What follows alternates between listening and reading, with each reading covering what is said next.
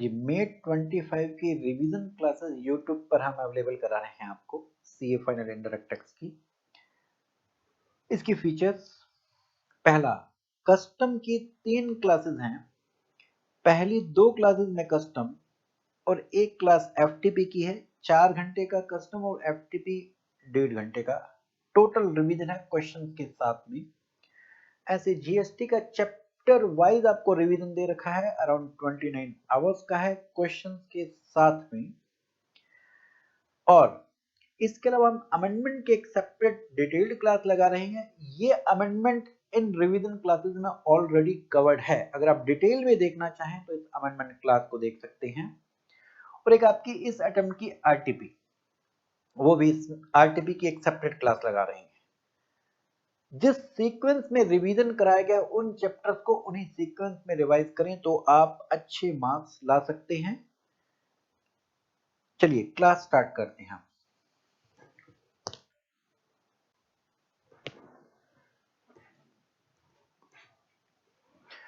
Hello, good morning, क्या हाल चाल आपके।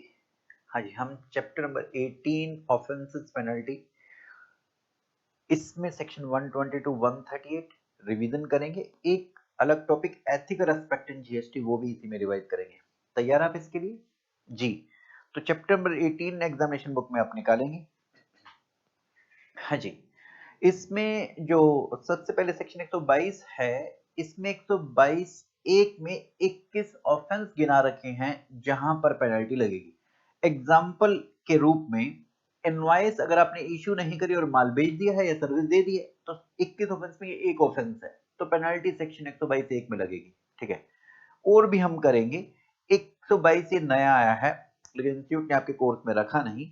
123 अगर आप इंफॉर्मेशन रिटर्न नहीं सबमिट करते हैं तो पेनल्टी है। 124 अगर आप स्टैट या कुछ इंफॉर्मेशन है वो आप नहीं सबमिट करते हैं तो 124 पे पेनल्टी है। तो मैं पहले ये इंफॉर्मेशन रिटर्न और ये इंफॉर्मेशन होती क्या है 123-24 से रिलेटेड, मेरे को एक बार चैप्टर 23 पे आना पड़ेगा। तो एक बार चैप्टर नंबर 23 पेज नंबर 23.3 पे आ जाइए। हाँ जी, जब तक मैं आपको स्लाइड से कुछ दिखाता हूं। और यहां देखिए, हाँ जी, आप 23.3 निकालो फटाफट से। आपने रिटर्न नहीं फाइल करी, आप इनवॉइसेस बना रहे हैं, जीएसटी कलेक्ट कर रहे हैं लेकिन गवर्नमेंट को जमा नहीं करा रहे हैं। अब इस पैसे का क्या करेंगे? कहीं ना कहीं तो इन्वेस्ट करेंगे, बैंक में पैसा जमा कराएंगे या फॉरेन ट्रिप लगाएंगे या प्रॉपर्टी परचेज करेंगे या कार परचेज करेंगे या शेयर्स परचेज करेंगे, कहीं ना कहीं तो पैसा लगाएंगे ना।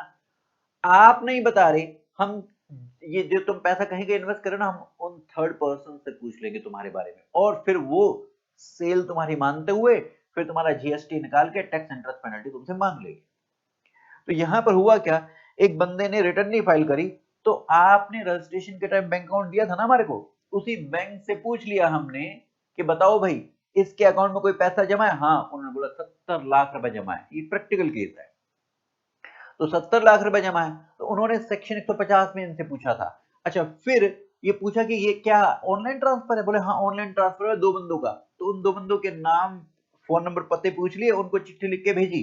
बताओ भाई तुमने इनके अकाउंट में पैसा क्यों जमा करा? बोले हमने तो इनसे माल परचेज किया था। तो हमारे को पता लग गया तुमने सेल करी थी लेकिन रिटर्न नहीं फाइल करी, हम तुम्हारी टैक्स इंटरेस्ट पेनल्टी निकाल के तुम्हारे पास भेज देंगे नोटिस। अब सवाल ये है, इसका 123 से क्या लिंक है? ये बैंक और ये बायर अगर ये इंफॉर्मेशन नहीं देते, 150 में हमने इनसे इंफॉर्मेशन रिटर्न मांगी है, नहीं देते हैं तो सेक्शन 123 में पेनल्टी लग सकती है 100 रुपए पर डे, मैक्सिमम 5000। आइए अब यहां पर डिस्कस करते हैं पेज नंबर 23.3 पर। तो ये इंफॉर्मेशन किस किस से मांगी जा सकती है? बैंक से। अगर आपने फॉरेन कंट्री में ट्रिप लगाई है या फिर आपने फॉरेन एक्सचेंज बाहर भेजा तो आरबीआई से, या टैक्सेबल पर्सन वो जो बायर थे, या आपसे भी। अच्छा, अगर आपने शेयर परचेज करी है तो स्टॉक एक्सचेंज या डिपोजिटरी से। अगर आपने प्रॉपर्टी परचेज करी है तो प्रॉपर्टी की रजिस्ट्री होती है तो उसके रजिस्ट्रार से। अगर आपने बड़ी गाड़ी परचेज करी तो कार की भी तो आरसी होती है, इसका वो भी रजिस्टर्ड होती है जी, तो इस रजिस्टरिंग अथॉरिटी से पूछ लेंगे कि बताओ भी इसका ये पैन नंबर है, जो रजिस्ट्रेशन नंबर आपका होता है उसमें पैन नंबर होता है ना। तो पैन नंबर के बेस पे पूछ लेंगे भी इनके नाम से बताओ कोई इन्होंने प्रॉपर्टी परचेज करी है, कार परचेज करी है, शेयर परचेज करी है, एक्सेट्रा। अच्छा जी, इसके अलावा आपका, आप जानते हैं टोबैको के ऊपर में एक्साइज और जीएसटी दोनों जाया करते थे। तो टोबैको पे तुमने जो एक्साइज दे रखी है, क्या उतनी ही वैल्यू पे जीएसटी दे रखा है? ये सेंट्रल गवर्नमेंट से पूछ लेंगे भाई, सेंट्रल गवर्नमेंट टोबैको पर एक्साइज लगाता है। अच्छा, इसके अलावा इनकम टैक्स में रिटर्न फाइल करके तो वहां प्रॉफिट एंड लॉस में जो सेल दिखाई थी और जो इधर सेल दिखाई है, क्या सेम है या अलग है? तो उस सेल पे पूछ लेंगे, देख लेंगे जी इनकम टैक्स से रिटर्न मंगा के। इसके अलावा एक इलेक्ट्रिसिटी बोर्ड का है कि लोकल अथॉरिटी का, इलेक्ट्रिसिटी बोर्ड से इलेक्ट्रिसिटी कंजप्शन के यूनिट पता लग जाएंगे। मान लीजिए आप एक मार्कर बनाते हैं, 3 मार्कर बनाने में 1 इलेक्ट्रिसिटी की यूनिट यूज होती है।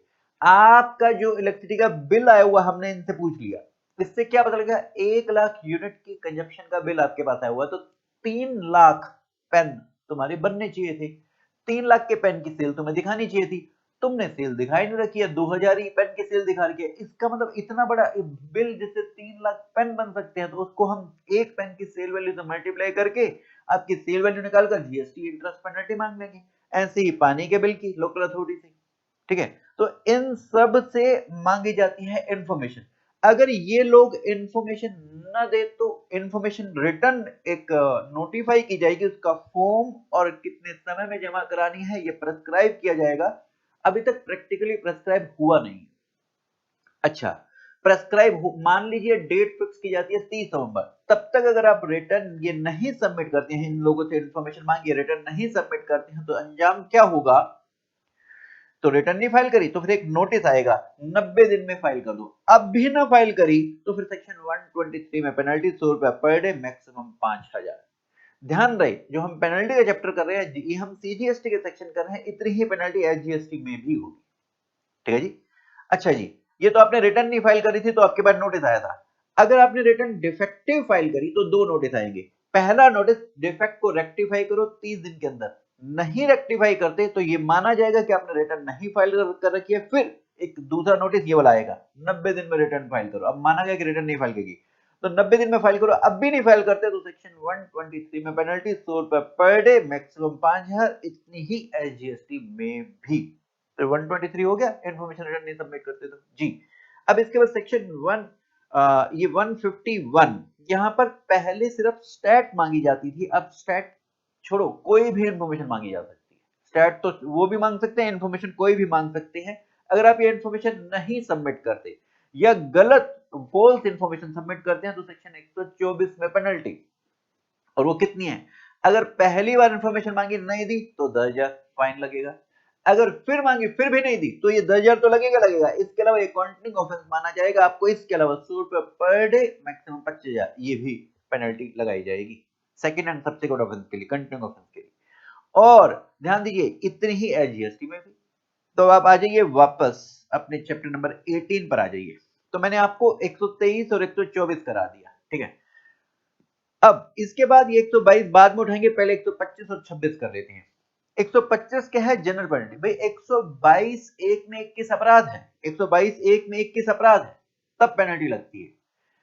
124 में अभी आपने किया, यहाँ 123 में इंफॉर्मेशन रिटर्न नहीं सबमिट करी, 124 में कुछ स्टैट या इंफॉर्मेशन सबमिट नहीं करी, तो पेनल्टी है। 125 जनरल पेनल्टी का है, जब कोई स्पेसिफिक कोई अपने अपराध किया लेकिन उसके लिए स्पेसिफिक पेनल्टी बता नहीं रखी, जैसे यहाँ पर 21 अपराध बता रखे हैं, उनमें आपका अपराध शामिल नहीं है, जनरल पेनल्टी लगेगी जब स्पेसिफिक नहीं बता रखी। और वो जनरल पेनल्टी सेक्शन 125 में लगेगी। एग्जाम्पल, आपने अपनी रिटर्न पे प्लस सप्लाई लिखना होता था, आपने इनवॉइस के चैप्टर में पढ़ा था, नहीं लिखा तो पेनल्टी कहाँ? 125 में। सीजीएसटी में 25,000 तक लग सकती है, जीएसटी में 25,000 तक लग सकती है। तो ये अभी 125 करेंगे। अच्छा जी, क्या पेनल्टी के लिए पेनल्टी का नोटिस आना जरूरी है? अगर आपसे टैक्स मांग रहे हैं तो पेनल्टी उसी नोटिस में ही मांग देंगे। वो टैक्स हम 73 या 74 में मांगते हैं, अगर अदर देन फ्रॉड है तो 73 में मांगते हैं, अगर फ्रॉड है तो 74 में मांगते हैं। तो उसी टैक्स के साथ ही पेनल्टी मांग लेंगे, तो सेपरेट पेनल्टी का नोटिस नहीं आएगा। अच्छा, एक चीज और, ये आप वहीं डिमांड रिकवरी के चैप्टर में 73 74 पढ़ेंगे, वहां एक सेक्शन 75 आएगा, वो कहता है अगर 73 74 में पेनल्टी लगे फिर किसी से और सेक्शन में पेनल्टी नहीं लगेगी, क्योंकि 70 74 में वहीं पे पेनल्टी भी लिखी हुई है, जो 122 में पेनल्टी लिखी है वैसी पेनल्टी वहां पर भी लिखी हुई है, तो वहां लग गई तो फिर इधर नहीं मांगेंगे, डबल डबल नहीं मांगेंगे। ये बात वहां डिमांड रिकवरी के चैप्टर में आएगी। अच्छा, जिनसे टैक्स नहीं लेना है उनको फिर नोटिस या ऑर्डर पास करना पड़ेगा, ऐसा सेक्शन 127 में लिखा हुआ है। जैसे एम्प्लॉय, डायरेक्टर, इनसे सिर्फ पेनल्टी लेनी है तो ये 127 के था, फिर इनको नोटिस और ऑर्डर फिर पास करना पड़ेगा। अच्छा, एक होती है late fee. Late fee automatic है, इसके लिए कोई नोटिस नहीं आता।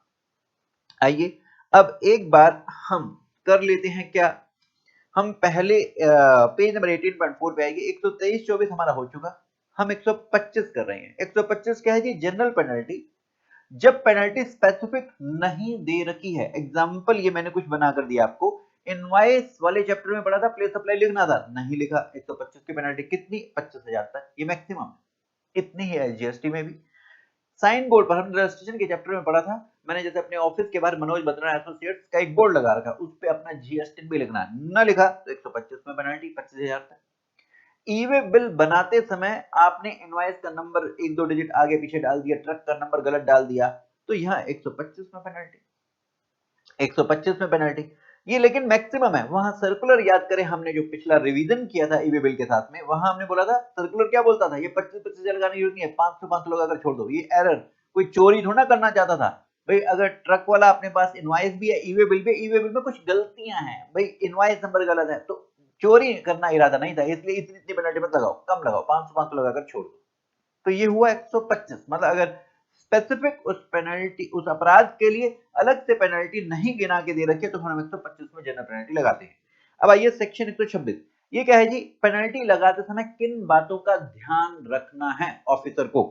तो आइए पहला पॉइंट, पेनल्टी नहीं लगाई जाएगी अगर माइनर ब्रीच है टैक्स रेगुलेशन या प्रोजेक्ट रिक्वायरमेंट का। माइनर ब्रीच क्या होता है, अगर टैक्स की इन्वॉल्वमेंट लेस देन 5,000, हाँ जी एग्जैक्ट 5,000 है तो भी माइनर ब्रीच नहीं है, 5,000 या 5,000 से ऊपर है तो माइनर ब्रीच नहीं है। लेस देन, टैक्स 5,000 से कम होना चाहिए, टैक्स 5,000 से कम है तो ये एमसीक्यू में आएगा, ये वाला पॉइंट आता, टैक्स लेस देन एग्जैक्ट 5,000 होगा तो भी माइनर ब्रीच नहीं है, तो माइनर ब्रीच नहीं तो पेनल्टी लगेगी। माइनर ब्रीच हो टैक्स रेगुलेशन प्रोजेक्ट रिक्वायरमेंट का तो पेनल्टी लगेगी, और माइनर ब्रीच कब मानते हैं, जब टैक्स लेस देन 5,000। दूसरा, ऐसी कोई ओमिशन मिस्टेक जो इजिली रेक्टिफेबल है, और यहां पर एक्सप्लेन किया इजी रेक्टिफेबल क्या होती है, अभी करेंगे।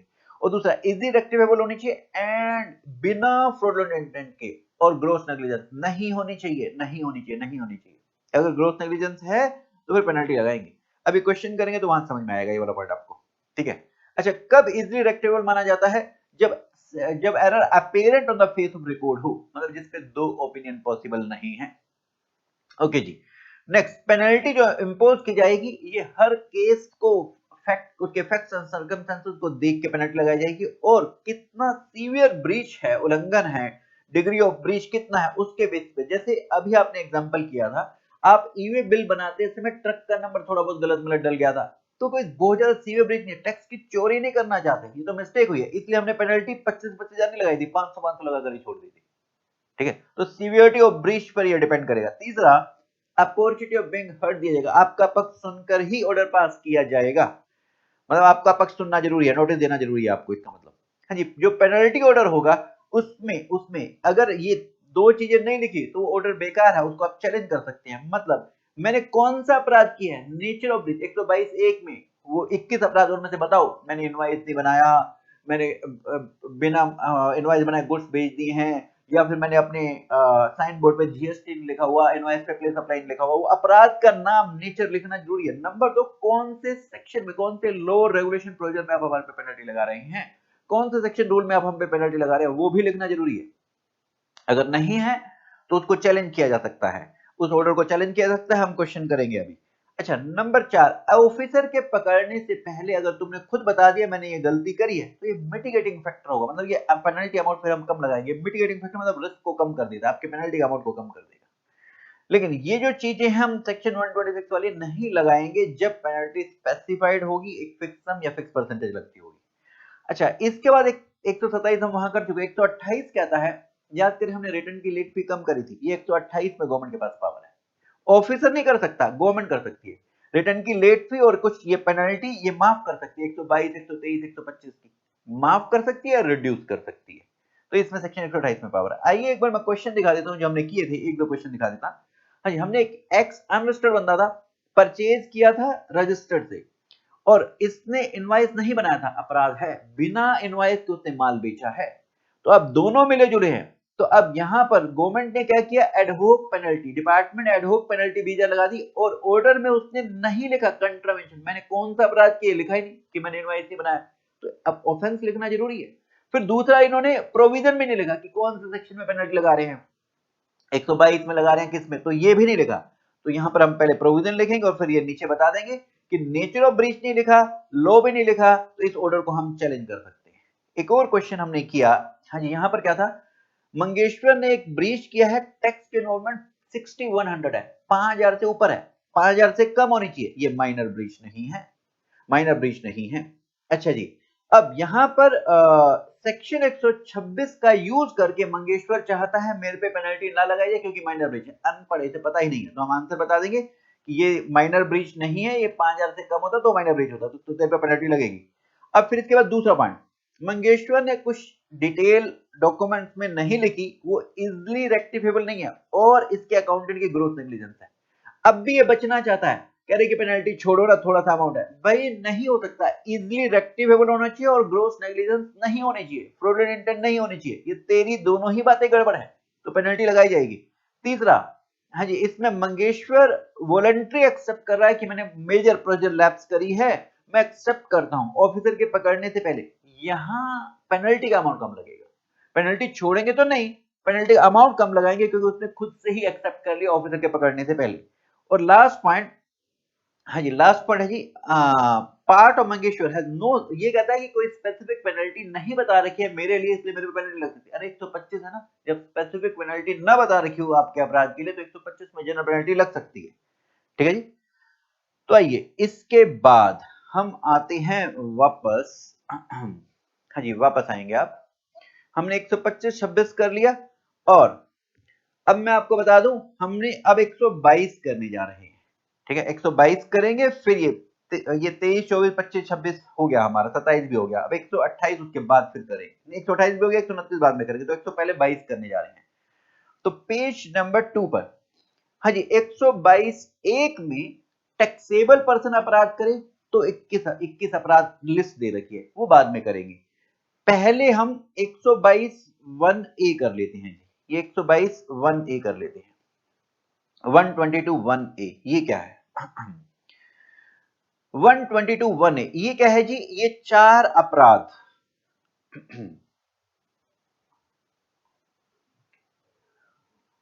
हाँ जी, ये 4 अपराध कौन से हैं जी, 4 अपराध, अगर ये 4 अपराध किए तो हम यहां पर जो भी इसका बेनिफिट रिटेन कर रहा है उस पे ये पेनल्टी लगाएंगे। इसको मैं एक बार एग्जांपल देता हूं, हमने ये क्वेश्चन बैंक से किया था, मिस्टर ए है, इसने 2 रजिस्ट्रेशन लिए, अपने नाम से नहीं, अपने ड्राइवर के नाम से, अपने ड्राइवर के नाम से ले रखे हैं, जिसने, और इसने रजिस्ट्रेशन इसलिए लिया कि फेक इनवॉइस इशू करूंगा, सिर्फ इनवॉइस इशू करूंगा, माल नहीं बेच रहा, सिर्फ इनवॉइस निकाल रहा है और बायर से इसके बेस पे फेक क्रेडिट लिए जा रहे हैं। तो अब डिपार्टमेंट पकड़ने पहुंचता था किसको, ड्राइवर को, ड्राइवर रहता खोली में या मेड के नाम से ले लिया, वो तो खोली में रहते हैं, उनसे कुछ रिकवरी नहीं हो पाती थी। इस मिस्टर ए, ये तो किंग पिन है, पैसे यही ले रहा है, बैंक अकाउंट में पैसा मिस्टर ए के पास आ रहा है, ये टैक्स नहीं जमा करा रहा है, तो इसको पकड़ने के लिए सेक्शन 122 एक ए बनाया गया है। तो क्या क्या अपराध है जरा देखेंगे, पहला, गुड्स या सर्विस की सप्लाई करी है लेकिन इनवॉइस नहीं इशू किया या फॉल्स इनवॉइस इशू कर दिया, दूसरा इनवॉइस इशू किया लेकिन गुड सर्विस की सप्लाई नहीं, और तीसरा इसी फेक इनवॉइस के बेसिस पर भाई गुड सर्विस परचेज नहीं करे, रिसीव नहीं होंगे गुड सर्विस, लेकिन ये क्रेडिट ले रहा है, बायर का क्रेडिट ले रहा है या यूटिलाइज कर रहा है। और लास्ट है जी सेक्शन 20, आपने आईएसडी का पढ़ा हुआ है, ये आईएसडी वाला, ये क्रेडिट डिस्ट्रीब्यूट गलत किया जा रहा है। तो इन 4 अपराधों में जो बंदा इनका बेनिफिट रिटेन करता है, जैसे हमारा एग्जांपल वो मिस्टर ए था, ड्राइवर नहीं मिस्टर ए, ये, या फिर जिसके इंस्टेंस पे ट्रांजैक्शन हो रही है उस पे पेनल्टी लगाई जाएगी, टैक्स जितना चोरी हुआ है, या अगर आईटीसी पास ऑन किया, जैसे फेक इनवॉइस इशू किया तो आईटीसी पास ऑन हो रहा है, तो आईटीसी जितना पास ऑन किया या बायर के लिए जितना उसने आईटीसी अवेल किया वो उसके बराबर पेनल्टी लगाई जाएगी। ये हमारा 122 1A। हाँ जी, अब इसके बाद नेक्स्ट 122 1B, ये ई कॉमर्स ऑपरेटर के लिए, ये 3 अपराधों के लिए पेनल्टी लगाई जाएगी ई कॉमर्स ऑपरेटर पर, कितनी पेनल्टी, 10,000 और tax whichever is higher. हाँ जी, ये क्या है, एक बार मैं आपको याद दिलाता हूं, आपने रजिस्ट्रेशन के चैप्टर में ऐसी बातें करी थी क्या, ये मिस्टर ए है, ये अमेज़न के थ्रू, अमेज़न को है, इसके थ्रू ये गुड्स बेच रहा है, मिस्टर ए भी दिल्ली में, मिस्टर बी भी दिल्ली में, तो क्या मिस्टर ए को रजिस्ट्रेशन कराना जरूरी था, हमने बात करी थी, अगर जब तक इसके थ्रेशोल्ड लिमिट 10-20 से कम है, अब ये इंट्रा कर रहा है ना, तो अब इसको रजिस्ट्रेशन कराने की जरूरत नहीं है, रजिस्ट्रेशन कराने की जरूरत नहीं है। हाँ जी, यहां पर अभी से रजिस्ट्रेशन कराने की जरूरत नहीं है। अब लेकिन जैसे ही 10-20 क्रॉस किया, हेलो, जब जैसे ही 10-20 क्रॉस किया, क्या फिर इस मिस्टर ए को रजिस्ट्रेशन कराना है? जी हाँ, मिस्टर ए ने रजिस्ट्रेशन करा रखा, फिर भी ये ई को अपने थ्रू अलाउ कर रहा है। तो अनरजिस्टर्ड बंदे को अगर ये अपने थ्रू बेचने के लिए अलाउ कर रहा है, 10-20 से क्रॉस कर गई, फिर भी ये बेचे जा रहा है, तो फिर हम ई को पर पेनल्टी लगाएंगे, टैक्स और 10,000 whichever is higher, tax और 10,000 विच एवर इज हायर। अच्छा जी, अब इसके बाद ये मिस्टर ए दिल्ली का है और मिस पी यूपी की है। यहां पर ये मिस्टर ए अमेजोन के थ्रू, इको के थ्रू जो सेल करना चाहता है, वो इंटरस्टेट सेल करना चाहता है, रजिस्ट्रेशन जरूरी था, इसने रजिस्ट्रेशन नहीं ले रखा। तो यहां अगर इको इसे इंटरस्टेट सेल करने देता है बिना रजिस्ट्रेशन के, तो फिर हम इस इको पे पेनल्टी लगाएंगे। कितनी पेनल्टी लगाएंगे? 10,000 और tax whichever is higher. तो पहला हमने बात करी, अगर रजिस्ट्रेशन नहीं था तो आपने अलाउ किया। दूसरा, इंटरस्टेट सेल करने दी। हाँ जी, ये 10,000 से, ये 10 लाख 20 लाख से कम है इसकी टर्नओवर, लेकिन इसे इंट्रा सेल करने अलाउ कर सकता है, इंटर नहीं, इंटर सेल करने दी तो हम इस पे पेनल्टी लगाएंगे। ये कंबशन डीलर भी इंट्रा सेल कर सकता था इको के थ्रू, इंटर नहीं, इंटर सेल करने दी तो फिर हम इस इको पर पेनल्टी लगाएंगे। फिर तीसरा पॉइंट, ये इसे रिटर्न फाइल करनी होती है जीएसटीआर रेट, अमेजोन को, इको को। इस जीएसटी रेट में मिस्टर ए ने कितनी सेल करी वो इसे डिटेल देनी होती है। अगर जीएसटी रेट में इसने सेल की वैल्यू जो मिस्टर ए ने करी है सही नहीं बताई, जिसका रजिस्ट्रेशन माप था, इसकी भी सेल बतानी होती है ना, और ये सही नहीं बताई, तो अगेन हम इस इको पे पेनल्टी लगाएंगे, 10,000 और tax whichever is higher. आइए जरा यही देखते हैं, ऐसी बातें हैं क्या। इको पे हम पेनल्टी लगाएंगे 10,000 और tax whichever is higher. पहला, अनरजिस्टर्ड पर्सन जो एग्जम्प्ट नहीं है, मतलब टर्नओवर 10-20 से क्रॉस हो गई है, फिर भी अपने थ्रू सप्लाई करने दे रहा है। नेक्स्ट, इंटरसेट सेल करने जा रहा है जो इनएलिजिबल है, मतलब ये 10-20 लाख से कम है एग्जम्प्ट रजिस्ट्रेशन से, लेकिन इंट्रा सेल कर सकता है, ये इंटर सेल करने दे रहा है, या कंपटीशन डीलर को इंटर सेल करने दे रहा है, या जीएसटी 8 में आज से सही डिटेल नहीं डाली, तो हम टैक्स और 10,000 विच एवर पेनल्टी लगा देंगे इस इको के ऊपर में। अच्छा, अगर ये कंपोजिशन डीलर इसके थ्रू सेल कर रहा था, तो अब जो टैक्स लेंगे वो क्या लेंगे? मान लीजिए प्रोडक्ट पे रेट एक्चुअल में 18% था, कंपोजिशन डीलर को तो 1% देना होता है, 0.5 सीजीएसटी, 0.5 जीएसटी, तो हम 1% और 10,000 लेंगे, या 18% जो एक्चुअल रेट है, एक्चुअल रेट जो है 18%, रेगुलर टैक्स अमाउंट जो है वो देखेंगे, और 10,000 विच एवर है। तो ये इंपॉर्टेंट है आपके एग्जाम के लिए, इस पे आपके पास क्वेश्चन आ सकता है प्रैक्टिकल। ओके, फिर इसके बाद 122(2), हाँ जी, 122(2) रजिस्टर्ड पर्सन के लिए। रजिस्टर्ड पर्सन अगर सप्लाई कर रहा है जिसपे टैक्स नहीं पे हुआ, या शॉर्ट पे हुआ, या अर्नस रिफंड ले लिया, या आईटीसी रोंगली अवेड्यूट, ये 4 अपराध रजिस्टर्ड पर्सन ने की। अगर वजह फ्रॉड है तो पेनल्टी टैक्स और 10,000 विच एवर है। अगर वजह फ्रॉड नहीं है तो पेनल्टी 10% ऑफ टैक्स और 10,000 विच एवर है। अब मजे की बात सुनिए, आप डिमांड रिकवरी के चैप्टर पढ़ेंगे, सेक्शन 73 और 74। 73 में लिखा हुआ है अदर फ्रॉड की यही पेनल्टी लिखी है, कि अदर फ्रॉड के केस में टैक्स के साथ साथ जो पेनल्टी मांगते हैं 73 में लिखी है 10% टैक्स और 10,000 विच एवर है। और 74 में जो पेनल्टी है वो यही लिखी हुई है, टैक्स के बराबर में, टैक्स के बराबर में। तो जब यही पेनल्टी अगर हम टैक्स भी मांग रहे हैं और पेनल्टी 73 या 74 में मांग ली, तो क्या सेक्शन 122(2) में दोबारा पेनल्टी लगाएं? नहीं, इसलिए सेक्शन 75 में लिखा हुआ है कि अगर 73 74 में पेनल्टी लग गई है तो फिर सेक्शन 122 में पेनल्टी नहीं लगेगी, मतलब किसी भी और सेक्शन में पेनल्टी लगेगी। एग्जांपल हमने 122 बता दिया आपको, ठीक है जी। अच्छा, एक चीज हो, तो ये 122(2) वाली पेनल्टी लगेगी कब? इसको लिंक करने के लिए एक बार मैं आपको असेसमेंट का चैप्टर रिवाइज कराता थोड़ा सा। ये असेसमेंट के चैप्टर में आपने क्या किया था जी?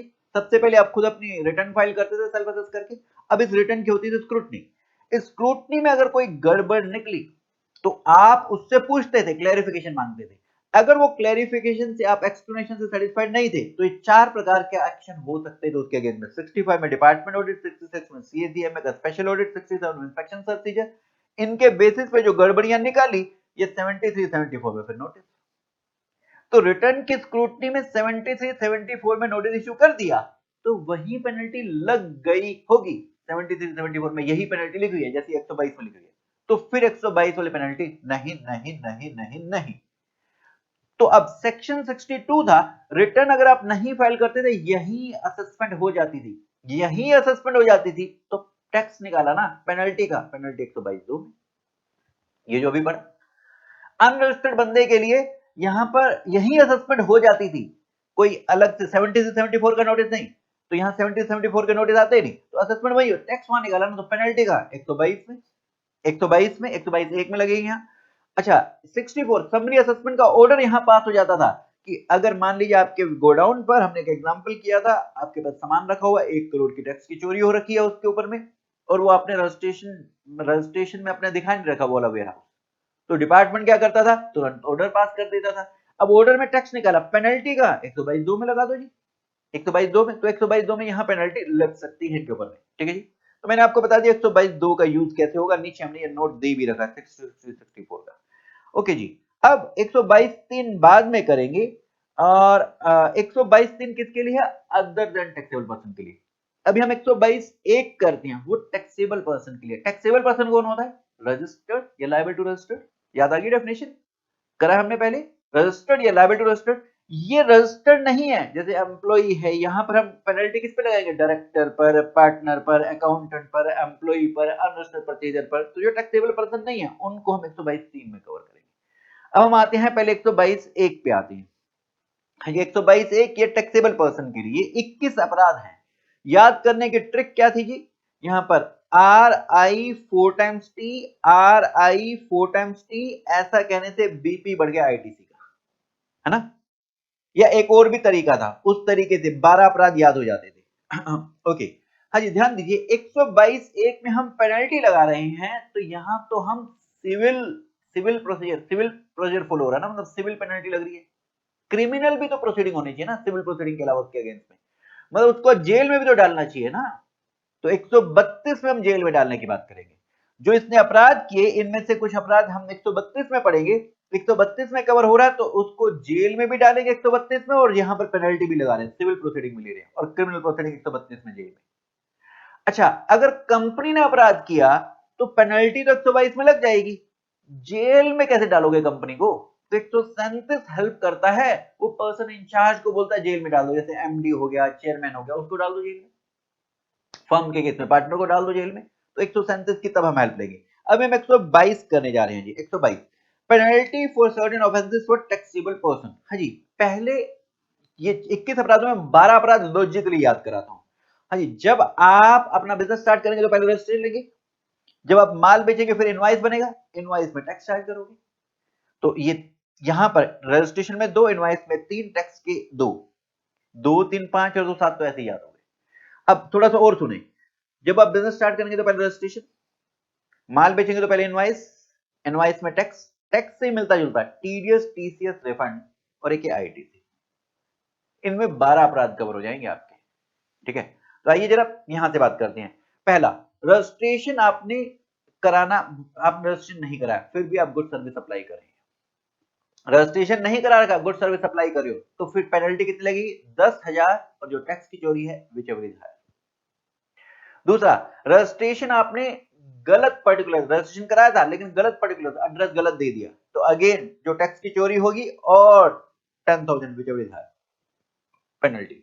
नेक्स्ट, इनवॉइस, हाँ जी, आपने माल बेचा बिना इनवॉइस के, या फॉल्स इनवॉइस, गलत इनवॉइस बनाया, इनकरेक्ट इनवॉइस बनाया, तो आपने माल बेचा है, पहला इनवॉइस ही नहीं बनाया या फॉल्स इनवॉइस बनाया, तो यहां पर भी जो टैक्स की चोरी हो 10,000 whichever is higher. Next, invoice issue किया लेकिन माल नहीं बेचा, विदाउट सप्लाई ऑफ गुड्स, मतलब फेक इनवॉइस इशू कर दिया। अब इसका लिंक हमारा आईटीसी से है, ये जो आपने बिना माल बेचे इनवॉइस बनाया ना फेक वाला, इसी के बेसिस पर बायर ने आईटीसी ले लिया विदाउट एक्चुअल में गुड्स रिसीव किए हुए।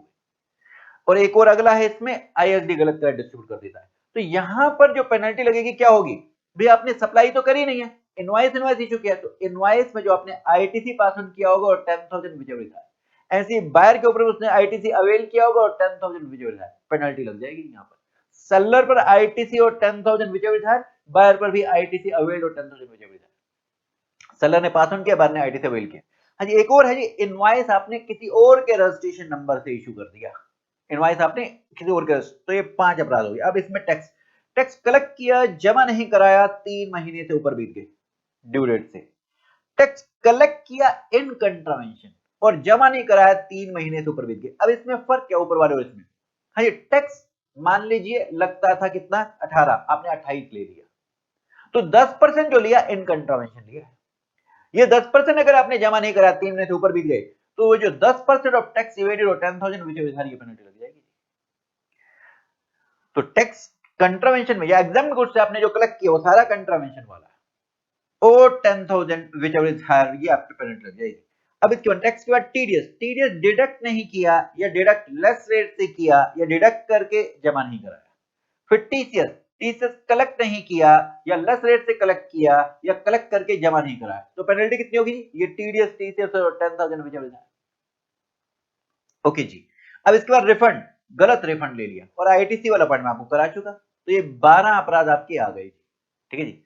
अब 2T रेड वाले से टेम्पर और 2T ये ब्लू वाले टिक जो है ये ट्रांसपोर्ट के हैं। तो पहले इन 2T की बात करते हैं। टेम्पर डिस्ट्रॉय एविडेंस या डॉक्यूमेंट, डॉक्यूमेंट को एविडेंस को डिस्ट्रॉय किया, टेम्पर किया।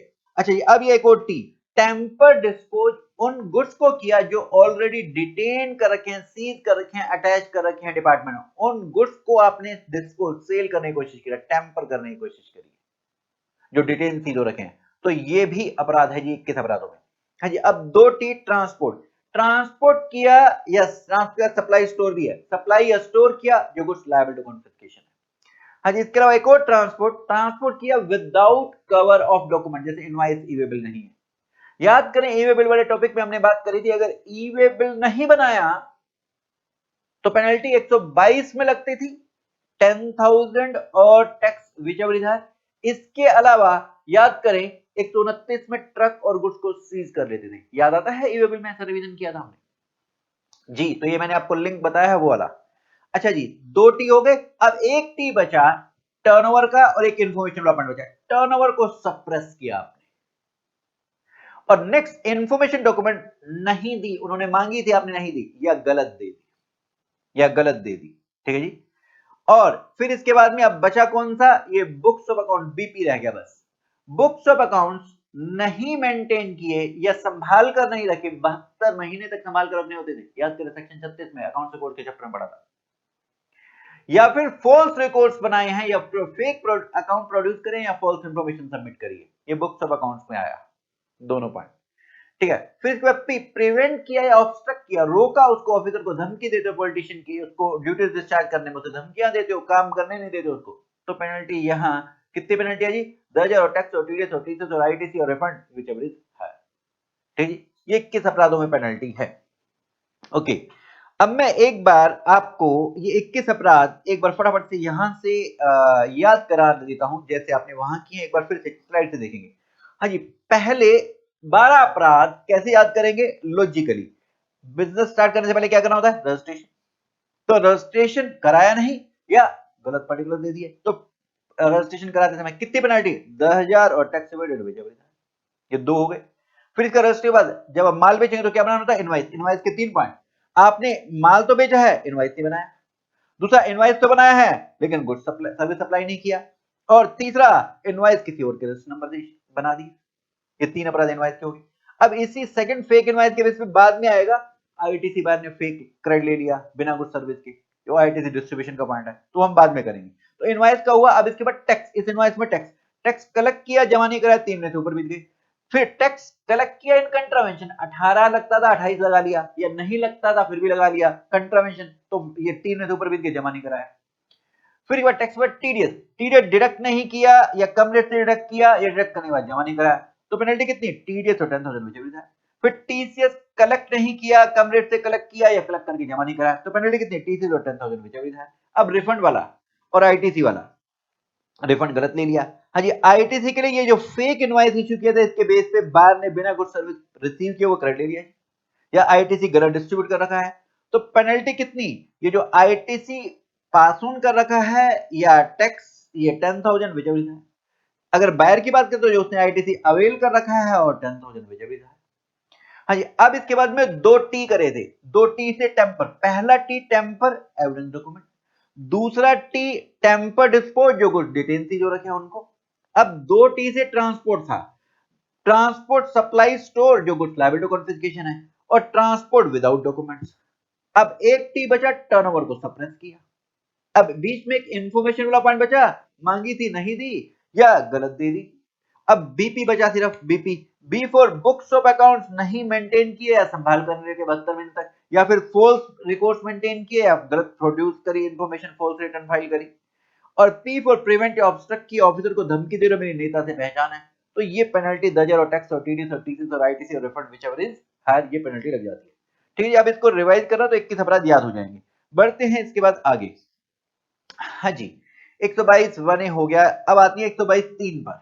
122 3, हाँ जी, 122 3 क्या है जी? ये है, ये जो ऊपर आपने 21 अपराध पढ़े थे ना, इनको करने में जो सहायता कर रहा है, असिस्ट कर रहा है, अबेट कर रहा है, जैसे डायरेक्टर हो गया, पार्टनर हो गया, सी हो गया, उसको यहाँ पकड़ लेंगे।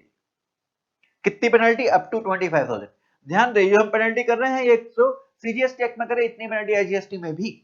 ओके, अच्छा जी, फिर इसके बाद acquire position dealing goods liable to, बिना इनवॉइस वाला माल आपने ट्रांसपोर्ट कर रहे हैं या डील कर रहे हैं या परचेज कर रहे हैं, यहाँ अनरजिस्टर्ड परचेजर की बात कर रहा हूं। अगर आप रजिस्टर्ड थे तो 122 1 में ही आईटीसी अवेल की बात आती थी, वही कवर हो गए थे। लेकिन अनरजिस्टर्ड हैं तो हमने यहाँ 122 3 में पकड़ लिया, 25,000 तक पेनल्टी, 25,000 तक पेनल्टी। ठीक है, ट्रांसपोर्ट 25,000 तक पेनल्टी। हाँ जी, फिर इसके बाद इनवॉइस, या अब पहले गुड्स की बात हुई थी, यहाँ सर्विस की बात हो रही है, बिना इनवॉइस के आपने सर्विस परचेज करी है या डील कर रहे हो उसमें। और फिर ये पॉइंट आपको यहां से पूछा जाता है 122 3 से, समन देकर बुलाया था आप गए नहीं तो 25,000 तक की पेनल्टी, इतनी है जीएसटी में भी। तो ये वाला पॉइंट ध्यान रखना, बस यही पूछा जाता है एग्जाम में 122 3 से। और आपने अकाउंट फोर नहीं किया, इनवॉइस को रिकॉर्ड नहीं किया, अकाउंटेंट एम्प्लॉय को पकड़ लिया जी यहाँ पर, तो ये अदर देन टैक्सेबल पर्सन को पकड़ रहे हैं यहाँ पर, जो अकाउंट एम्प्लॉय रजिस्टर्ड होना है। ठीक है ना, तो ये इनको पकड़ रहे हैं, तो यहाँ पर पेनल्टी अप टू 25,000। ठीक है जी, अब मैं कुछ क्वेश्चंस कराता हूं आपको जो हमने किए हैं। कुछ क्वेश्चन करा देता हूं जी, ये मई 23 वाला तो बाद में, पहले ये देखिए। हाँ जी, एक निर्मल है कंपनी है, ये आरटीपी नवंबर 21 का रजिस्टर्ड है, अप्रैल में इसने 5 लाख की सेल करी, 28% कलेक्ट कर लिया, एक्चुअल में 18% था। तो आपने कंट्रावेंशन में कलेक्ट किया, अभी आपने क्या पढ़ा था? अभी आपने पढ़ा था अगर इन कंट्रावेंशन कलेक्ट किया और जमा नहीं करा, टैक्स 3 महीने से ऊपर बीत गए तो पेनल्टी 122 में। अब टैक्स इवेडेड और 10,000 विच भी था, यहां इसने क्या किया, 28 कलेक्ट किया, 18 लगता था, 18 तो जमा करा दिया, जो बाकी 10% है वो जमा नहीं करा, तो 5 लाख पर 10% कितना हुआ? 50। 3 महीने से ऊपर बीते कि नहीं बीते? अप्रैल में इसने ये सेल करी थी, अक्टूबर आ गया, अभी तक 3 महीने से ऊपर बीत चुके हैं जी, ड्यू डेट से 3 महीने से ऊपर हो चुका है। तो क्या ये 50,000 नहीं जमा कर तो पेनल्टी लगेगी जी? 50,000 और 10,000 विच है। तो नेक्स्ट पेज देखेंगे, यही हमने निकाली थी पेनल्टी, 50,000 और 10,000 ये विच है, तो ये 50,000 आ गई। हाँ जी, अगला क्वेश्चन था इसमें कि बिंदुसार एक समन दिया था, समन दिया था, इसको आया नहीं, तो पेनल्टी कितनी? 122 3 में 25,000 तक, 25,000 तक। हाँ ये अगला क्वेश्चन, ये दिसंबर 21 में पूछा गया था, ये सेलर है फ्लाई बाय नाइट, रात को रात गायब होने वाला, इसने एक इनवॉइस इशू किया, उस जिसमें आईटीसी 25 लाख का है, बायर है रनवे, नाम से पता लग रहा है मजे दिला रहे हैं आपको, काम पेपर भी दो और मजे भी लो, रनवे रिटर्न, भाग जाता है रातों रात ही, दिन में भी भाग जाता है, no supply of goods, goods नहीं बेचे हैं, सिर्फ इनवॉइस इशू कर रखा है, 122 1 में अपराध था। इनवॉइस नहीं इशू, इनवॉइस इशू कर रखा है, गुड्स सर्विस की सप्लाई नहीं है। अब ध्यान दीजिए, जो आईटीसी पास ऑन किया 25 लाख और 10,000 विचार सेलर पर पेनल्टी 122 1 में, इतनी ही पेनल्टी इसने आईटीसी लिया, इसने यूटिलाइज भी कर लिया है, तो इस इतनी ही पेनल्टी 122 1 में किसके ऊपर में? रनवे के ऊपर में। कितनी? ये 25 लाख और 10,000 विचार, 25 लाख और 10,000, तो 25 लाख सेलर पर, 25 लाख बायर पर, तो यहां देखो 25 लाख ईच दोनों सेलर बायर पर लगा दी। अच्छा एक और, ये जो इसने ये ट्रांजैक्शन करी है सेलर ने, ये एक कोई अकाउंटेंट था जो क्वालिफाइड प्रोफेशनल नहीं है, ये टैक्स कंसल्टेंट, इसने बताया था ये काम करो तो क्या इस टैक्स कंसल्टेंट पर भी हम पेनल्टी लगा सकते हैं जी? 122 1 ए में क्या लिखा हुआ था? एक तो जो बेनिफिट रिटेन करता लिखा था, एंड जिसकी इंस्टेंस पर ये काम किया जाता है, जिसके इंस्टेंस पर, तो इसके इंस्टेंस पर काम किया जा रहा है, तो इस पे पेनल्टी 122 1 ए में, और वो कितना? जितना ये आईटीसी पास ऑन कर रखा है, तो 25 लाख इस पे भी पेनल्टी। तो ये आपका दिसंबर 21 का क्वेश्चन था। अच्छा ये जो 122 1 ए वाला बंदा होता है ना, इसके लिए 132 में जेल में भी डाला जा सकता है, ये भी हम बात करेंगे आगे। ओके, फिर इसके बाद क्या अदर देन टैक्सेबल पर्सन पर पेनल्टी लग सकती है? 122 3 में वो नाम ली दो। अच्छा जी, फिर इसके बाद हमने किया था, ये एक्स एक अनरजिस्टर्ड पर्सन है, ये सेल करता है, परचेज करता है मिस्टर वाई से, वाई रजिस्टर्ड है, एक्स अंडरस्टूड है, लेकिन यहां पर इनवॉइस इशू नहीं हो रहा। Hello hello hello, invoice issue, invoice without receiving a tax invoice, invoice issue नहीं हो रहा। तो सेलर को पकड़ेंगे 122 एक में 10,000 टैक्स विजिबल था। जो बायर है क्योंकि अनरजिस्टर्ड है, अगर रजिस्टर्ड होता तो आईटीसी की बात आती, इसको भी 122 एक में पकड़ते, लेकिन अनरजिस्टर्ड है तो आईटीसी की बात नहीं आई, तो इसको 122 3 में पकड़ लेंगे और पेनल्टी 25,000 तक, इतनी है जीएसटी में भी। हाँ, एक और है, सेलर है, अनरजिस्टर्ड है और ये दिल्ली से यूपी में इंट्रास्टेट सेल कर रहा है। इंट्रास्टेट सेल 1 रुपए की भी रजिस्ट्रेशन जरूरी था। वो क्राफ्टमैन वाले गुड्स, हैंडीक्राफ्ट गुड्स को छोड़कर बाकी गुड्स के केस में 1 रुपए की भी सेल थी तो रजिस्ट्रेशन जरूरी था, इसने रजिस्ट्रेशन नहीं ले रखा, तो रजिस्ट्रेशन मैंडेटरी था। तो क्या इस पे पेनल्टी लग सकती है जी? 122 एक में तो 10,000 और टैक्स विजिबल पेनल्टी लग सकती है इसके ऊपर। इसी क्वेश्चन को पूछने का एक और तरीका, शगुन ने बिजनेस स्टार्ट किया, इसकी टर्नओवर 20 लाख 25 जनवरी को एक्सीड हो गई, लेकिन इसने रजिस्ट्रेशन के लिए अप्लाई नहीं किया, और जो ये माल बेचे जा रही है इस पे टैक्स की चोरी 1,26,000 की बनती है, तो यहां पर पेनल्टी कितनी लग जाएगी? हाँ जी, ये बिना रजिस्ट्रेशन के माल बेच रही है, ये 122 एक में अपराध था 21 अपराधों में, ठीक है। तो 10,000 1,26,000 बेचे हुए था, तो यहाँ 1,26,000 की पेनल्टी लग जाएगी। दूसरा ये अगला समन वाला है, समन देकर बुलाया था, नहीं आया तो 25,000 तक की पेनल्टी 122 3 में, ठीक है। फिर इसके बाद हाँ जी, ये तो हम कर चुके 126 का। एक क्वेश्चन हमने पीछे छोड़ा था, जरा ये भी दिखा दे। ये आपका May 23 का, ये ब्लूबेरी है, ये सेलर है, इसने इनवॉइस इशू किया मिस्टर ब्लू को बिना गुड सर्विस अप्लाई के, बिना, और कितना आईटीसी मोल्ड है? 30 लाख। तो अब एक सेलर पर भी 122 एक में पेनल्टी। हेलो हेलो, इसने ये इनवॉइस इशू किया है लेकिन सप्लाई नहीं करी, तो ये सेलर के लिए पेनल्टी, और इसी फेक इनवॉइस के बेसिस पे बायर ने क्रेडिट ले लिया जी, बायर ने क्रेडिट ले लिया, तो बायर पर भी पेनल्टी 122 एक में, कितना?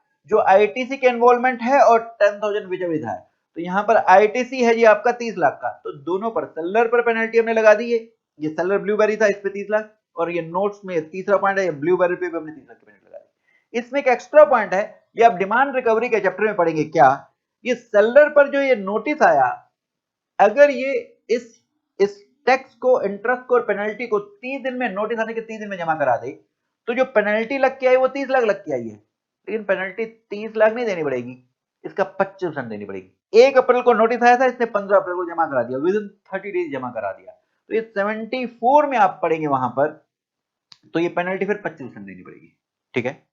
चलिए, इसके बाद हम आते हैं आगे।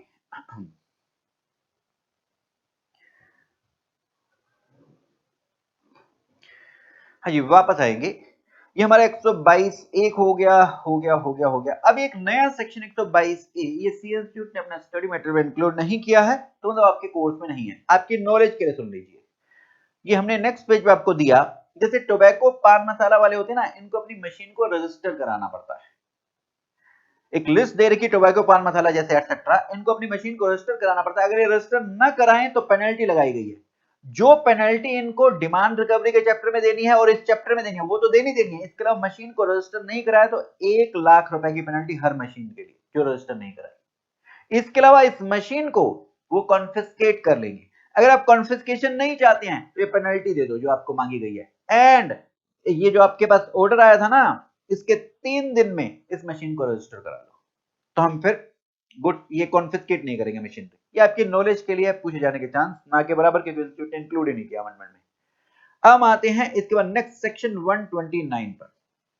हाँ जी, सेक्शन 129 ये क्या है जी? सेक्शन 129 अभी हमने बात करी थी, अगर आपके पास इनवॉइस ड्यूरेबल नहीं है तो 122 में आप पेनल्टी पढ़ के आए हैं, यहाँ 129 में हम गुड्स और ट्रक को सीज कर लेंगे। कब? जब पर्सन गुड्स को ट्रांसपोर्ट कर रहा है या स्टोर कर रहा है व्हाइल ट्रांजिट इन कंट्रावेंशन, कंट्रावेंशन मतलब इनवॉइस ड्यूरेबल नहीं है भाई, जब आप रिमूव करते हैं तो इनवॉइस होना चाहिए, सेक्शन 68 में पढ़ा था आपने, ईवेबल होना चाहिए, नहीं है तो आपके गुड्स और ट्रक को सीज कर ले, मतलब पोजेशन ले लेगा डिपार्टमेंट इसका। तो 122 में तो पेनल्टी आपने पढ़ी थी, वो तो लगेगी लगेगी, 129 में हम सीज कर देंगे। अगर अब आप इन गुड्स को रिलीज कराना चाहते हैं तो फिर 129 में कुछ पेनल्टी, तो फिर हम छोड़ देंगे।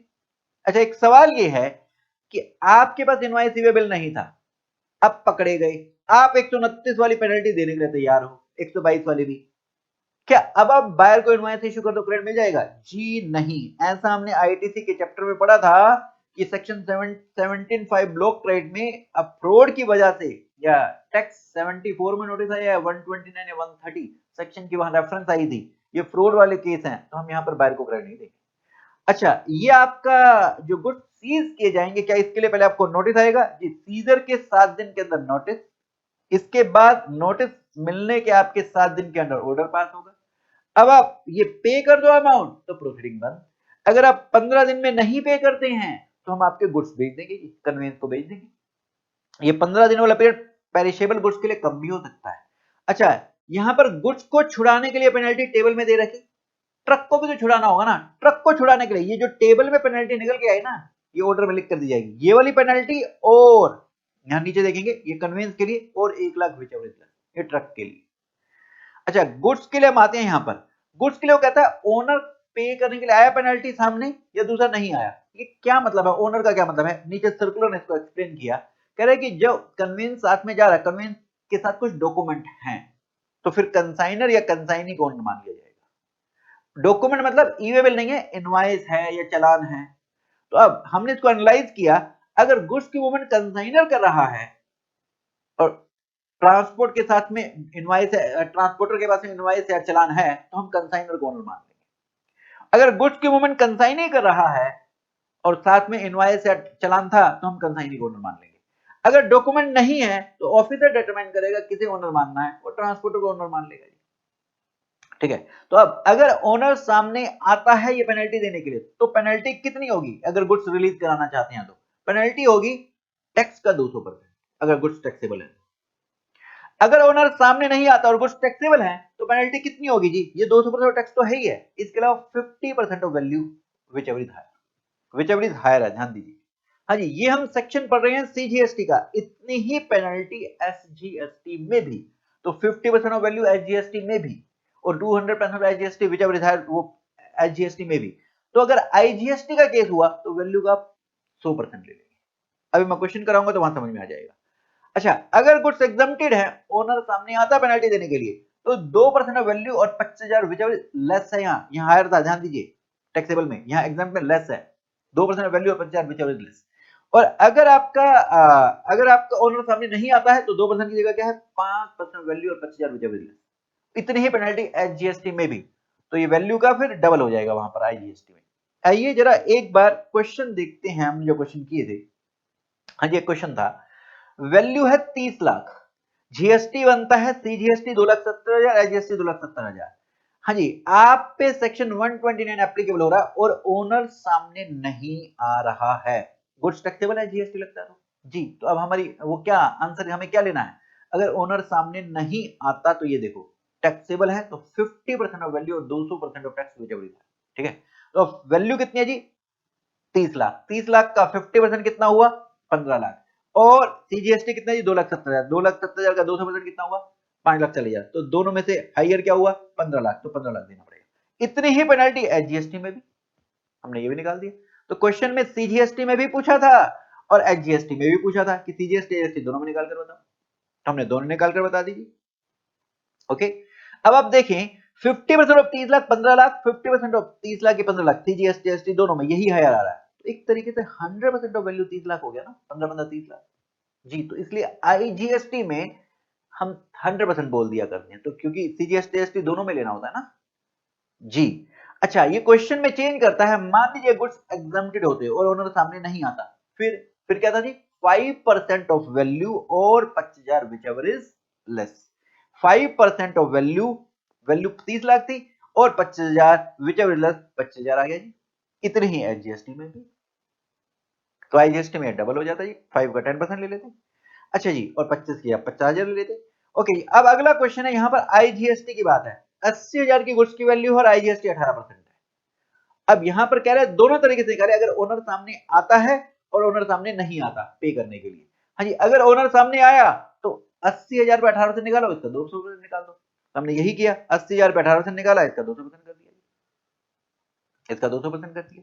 अगर ओनर सामने नहीं आता तो आईजीएसटी है ना, तो 100% ऑफ वैल्यू करो, 80,000 का 100% कर दो, और ये वाला तो है ही है, 80,000 पे 18% 200%, टैक्स का 200% तो है ही है, तो इन दोनों में हाइयर 80,000 हो गया। तो यहाँ पर देखो ना, हमने 100% लिया क्योंकि 50% सीजीएसटी का वैल्यू और 50% आईजीएसटी वाला वैल्यू, ठीक। अच्छा जी, अब नवंबर 22 में, हाँ, अब क्वेश्चन को आपको ध्यान से पढ़ना है, क्या सीएसटी अगर आईजीएसटी वाला फिर तो डबल करना है, लेकिन फिर आपको ध्यान से पढ़ना, क्वेश्चन में उसने सिर्फ सीजीएसटी एक्ट में पेनल्टी पूछे तो आईजीएसटी वाले अलग से नहीं निकालनी है। पहला क्वेश्चन किया था वहां आईजीएसटी एक्ट में भी पूछा था, नवंबर 22 में सवाल पूछा, उन्होंने पूछा सिर्फ 1 से 29 में सीजीएसटी एक्ट में पेनल्टी बताओ। वैल्यू 80,000 है, टैक्स लगता है। अब दोनों ही केस में निकालो, ओनर सामने आता है, दूसरा ओनर सामने नहीं आता। हाँ जी, ओनर सामने आता है तो हमें 18 सीजीएसटी के लिए निकालना, तो 9% का रेट है ना, तो 80,000 इंटू 9% इंटू में 200%, तो 80,000 इंटू 9% में 200% की आ गया 14,400। अगर ओनर सामने नहीं आता, एक तो ये 14,400 तो लेना ही लेना होगा, और 50% of value, 50% of value 80,000 into 50% ये 40,000 होगा, 40,000 और ये 14,400 विच एवर इज हायर 40,000। ठीक है, तो सिर्फ सीजीएसटी का निकालना, फिर आईजीएसटी का नहीं निकालना अगर क्वेश्चन में आते पूछा तो। एक और आरटीपी का क्वेश्चन, ये आदिनाथ है जी, ये रजिस्टर्ड है, जीएसटी सेलर है और बाबर महावीर है, वैल्यू है 6,80,000, सीजीएसटी आईजीएसटी का रेट दे रखा है जी, आईजीएसटी नहीं है सीजीएसटी। और क्वेश्चन में फिर आगे कहानी बताइए कि ट्रक पकड़ा गया 129 में कवर हो गए हो, फिर ये यहां पूछ रखा है, ये सीजीएसटी एक्ट में पेनल्टी पूछी है। अब इसने यहां पर आदिनाथ, ये ओनर सामने नहीं आ रहा, तब पूछा, और इसके अलावा ट्रक वाले के लिए भी पूछा, अभी तक ट्रक वाले के लिए हमने नहीं किया था, तो अब ट्रक वाला पॉइंट भी यहां पर आ जाएगा। तो अब सीजीएसटी एक्ट में निकालना है, तो पहला क्योंकि टैक्स लगता है तो सामने नहीं आ रहा, 50% ऑफ वैल्यू 6,80,000 का 50%, देखो हमने नीचे सबसे निकाला 3,40,000 आ गया, और ये 9% ऑफ 6,80,000 इंटू में 200%, सीजीएसटी एक्ट में निकालना ना सिर्फ। तो नेक्स्ट पेज देखेंगे, हमने 9% ऑफ 6,80,000 इंटू में 200%, तो 3,40,000 हायर होगा, 3,40,000 होगा। हाँ जी, अब ट्रक वाले के लिए निकाल रहे हैं, ट्रक के लिए निकाल रहे हैं, ट्रांसपोर्टर के लिए निकाल रहे हैं। एक तो यही अमाउंट, ये जो ऊपर टेबल में निकला मतलब यही पेनल्टी ऑर्डर में लिखा होगा, ये वाला अमाउंट, और 1 lakh which ever is less, तो 1 लाख होगा। ठीक है जी, ये 1 लाख होगा। चलते हैं इसके बाद हम आगे वापस अपनी एग्जामिनेशन बुक में। हाँ जी, ये हो गया हमारा, और अब सेक्शन 130 पे आएंगे, 130 पर। हाँ जी, अगर ये 5 अपराध किए तो हम आपके गुड्स को कॉन्फिस्केट, कन्वेंस को कॉन्फिस्केट कर लेंगे जी, और पेनल्टी 122 की तो लगेगी क्योंकि अपराध 122 में भी लिखे हुए थे। तो हम गुड्स और कन्वेंस को कॉन्फिस्केशन में क्या होता है जी, सीन में सिर्फ पोजीशन लेते हैं, कॉन्फिस्केशन में ओनरशिप ही गवर्नमेंट के पास चली जाती है, और ये कॉन्फिस्केशन करते समय पुलिस की सहायता ले सकते हो, क्योंकि वो हर सस्ती हो सकता है आपका हाथ काट दे, तो डिपार्टमेंट इसकी पोजीशन पुलिस की सहायता ले सकता है। अच्छा, क्या अपराध है जी, पहला, बिना रजिस्ट्रेशन के आप गुड सर्विस की सप्लाई कर रहे हैं, ये वाला पॉइंट वहां 122(1) में भी था ना, इसलिए पेनल्टी भी लगेगी 122 वाली, और गुड्स को भी कॉन्फिस्केट की बात आएगी। दूसरा, सप्लाई रिसीव गुड्स कर रहे हैं in contravention with intent to evade payment of tax, मतलब बिना इनवॉइस के आप परचेज सेल कर रहे हो। तीसरा, आपने अकाउंट फोर नहीं किया, मतलब बुक्स में रिकॉर्ड नहीं किया। चौथा, आप, हाँ जी, अभी तक ट्रांसपोर्टर की बात नहीं आई थी, अब ट्रांसपोर्टर की बात आ रही है, इन गुड्स को जो बिना बिल वाले हैं, इनको आप कन्वेंस में ट्रक में डालकर जा रहे हो, तो कन्वेंस को यूज किया जाए कंट्रावेंशन, एक्सेप्ट जब कन्वेंस को, इस केस में हम कन्वेंस को नहीं पकड़ेंगे भाई, अगर मान लो चोरी चकारी आप उसका रातों रात कोई ट्रक उठा के ले आए, उसको पता ही नहीं है, तब हम उसको छोड़ देंगे, अदरवाइज कन्वेंस भी यूज हो तो कन्वेंस को भी कॉन्फिस्केट करेंगे हम यहाँ पर। और लास्ट पॉइंट है कंट्रावेंशन किया provision with intent to evade payment of tax, तो ये 5 अपराधों में हम आपके गुड्स कॉन्फिस्केट कर लेंगे और पेनल्टी भी लगेगी 122 में। अब अगर आप गुड्स रिलीज कराना चाहते हो भाई, वो गवर्नमेंट क्या करेगी उन गुड्स का, जैसे 129 में आपके गुड्स छोड़ दिए थे, ऐसे 130 में भी गुड्स छोड़ देते हैं, तो आपको यहां पर रिडेम्पशन फाइन देना पड़ेगा। गुड्स के लिए ये रहा और ये ट्रक के लिए ये रहा, पहले ट्रक की बात कर लो, ट्रक को रिलीज कराना है तो टैक्स के बराबर दे दो जी, जितना टैक्स बनता है वो दे दो, हम ट्रक छोड़ देंगे। गुड्स को रिलीज कराना है तो मार्केट वैल्यू जो गुड्स की है लेस टैक्स, कॉस्ट नहीं, मार्केट वैल्यू लेस टैक्स।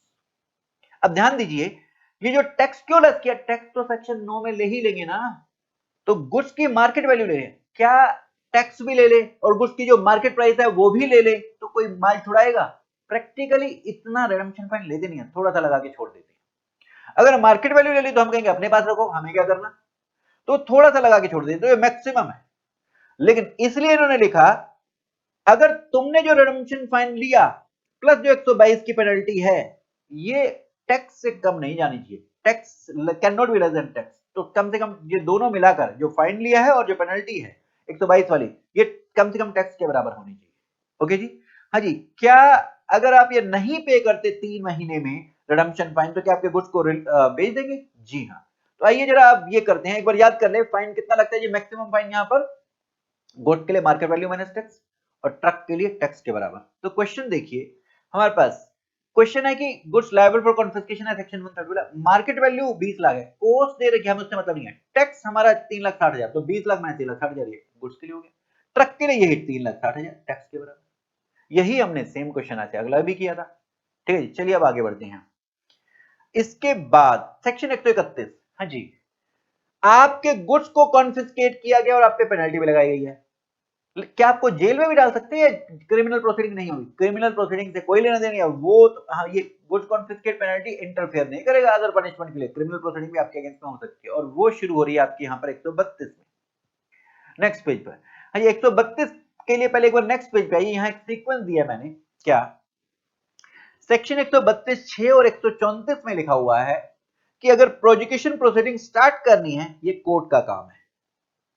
ये स्टार्ट करने के लिए कोर्ट भी ऐसे नहीं शुरू कर सकता जब तक कमिश्नर ऑर्डर पास करके ये ना बोल दे कि इसके अगेंस्ट में प्रोसिक्यूशन प्रोसीडिंग शुरू करो, और कोर्ट में भी जो फर्स्ट क्लास मजिस्ट्रेट होगा वही शुरू कर सकता है। ये बात यहां नीचे 134 में बताई, यही सेम। अच्छा, अब इसके बाद नेक्स्ट 135, जेल में डालने के लिए culpable mental state, guilty mind होना जरूरी है, तो ये नेक्स्ट पेज 135 दे रखा, गिल्टी माइंड। तो ये बोल रहा है जीएसटी में जितने भी ऑफेंसेस ये बता रखे हैं जो अभी आप 122 में पढ़ के आए हो या 132 में पढ़ोगे, इनके लिए हम मान के चलेंगे कि तुम्हारा गिल्टी माइंड था, नहीं था तो तुम प्रूव करो, हम तो मानकर ही चलेंगे, और बियॉन्ड रीजनेबल डाउट प्रूव करना होगा। हम कोई ऐसी बहुत अधिक संभावना है कि हमने ऐसा नहीं किया होगा, ये नहीं चलेगा, बिल्कुल बियॉन्ड रीजनेबल डाउट प्रूव करना होगा, और वो प्रूव हो नहीं पाता, इसलिए जेल में तो बैठना ही पड़ेगा। अच्छा जी, फिर इसके बाद 136, ये है कि कोई आपका एम्प्लॉय समन देके बुलाया था, वो स्टेटमेंट देके चला गया था, आपके अगेंस्ट में प्रोसिक्यूशन प्रोसीडिंग में यूज कर सकते हैं जी।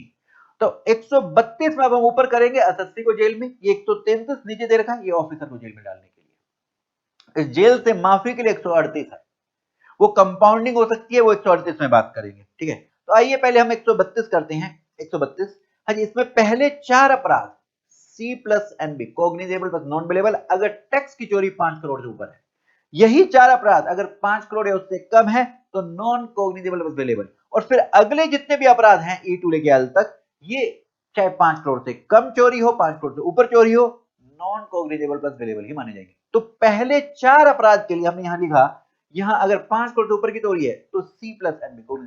क्या मतलब है इसका? मतलब बहुत खतरनाक अपराध है, और नॉन बेलेबल नाम से पता लगता है बेल नहीं मिलेगी, बेल तो मिल जाती है लेकिन कोर्ट के मैजिस्ट्रेट से मिला करती है।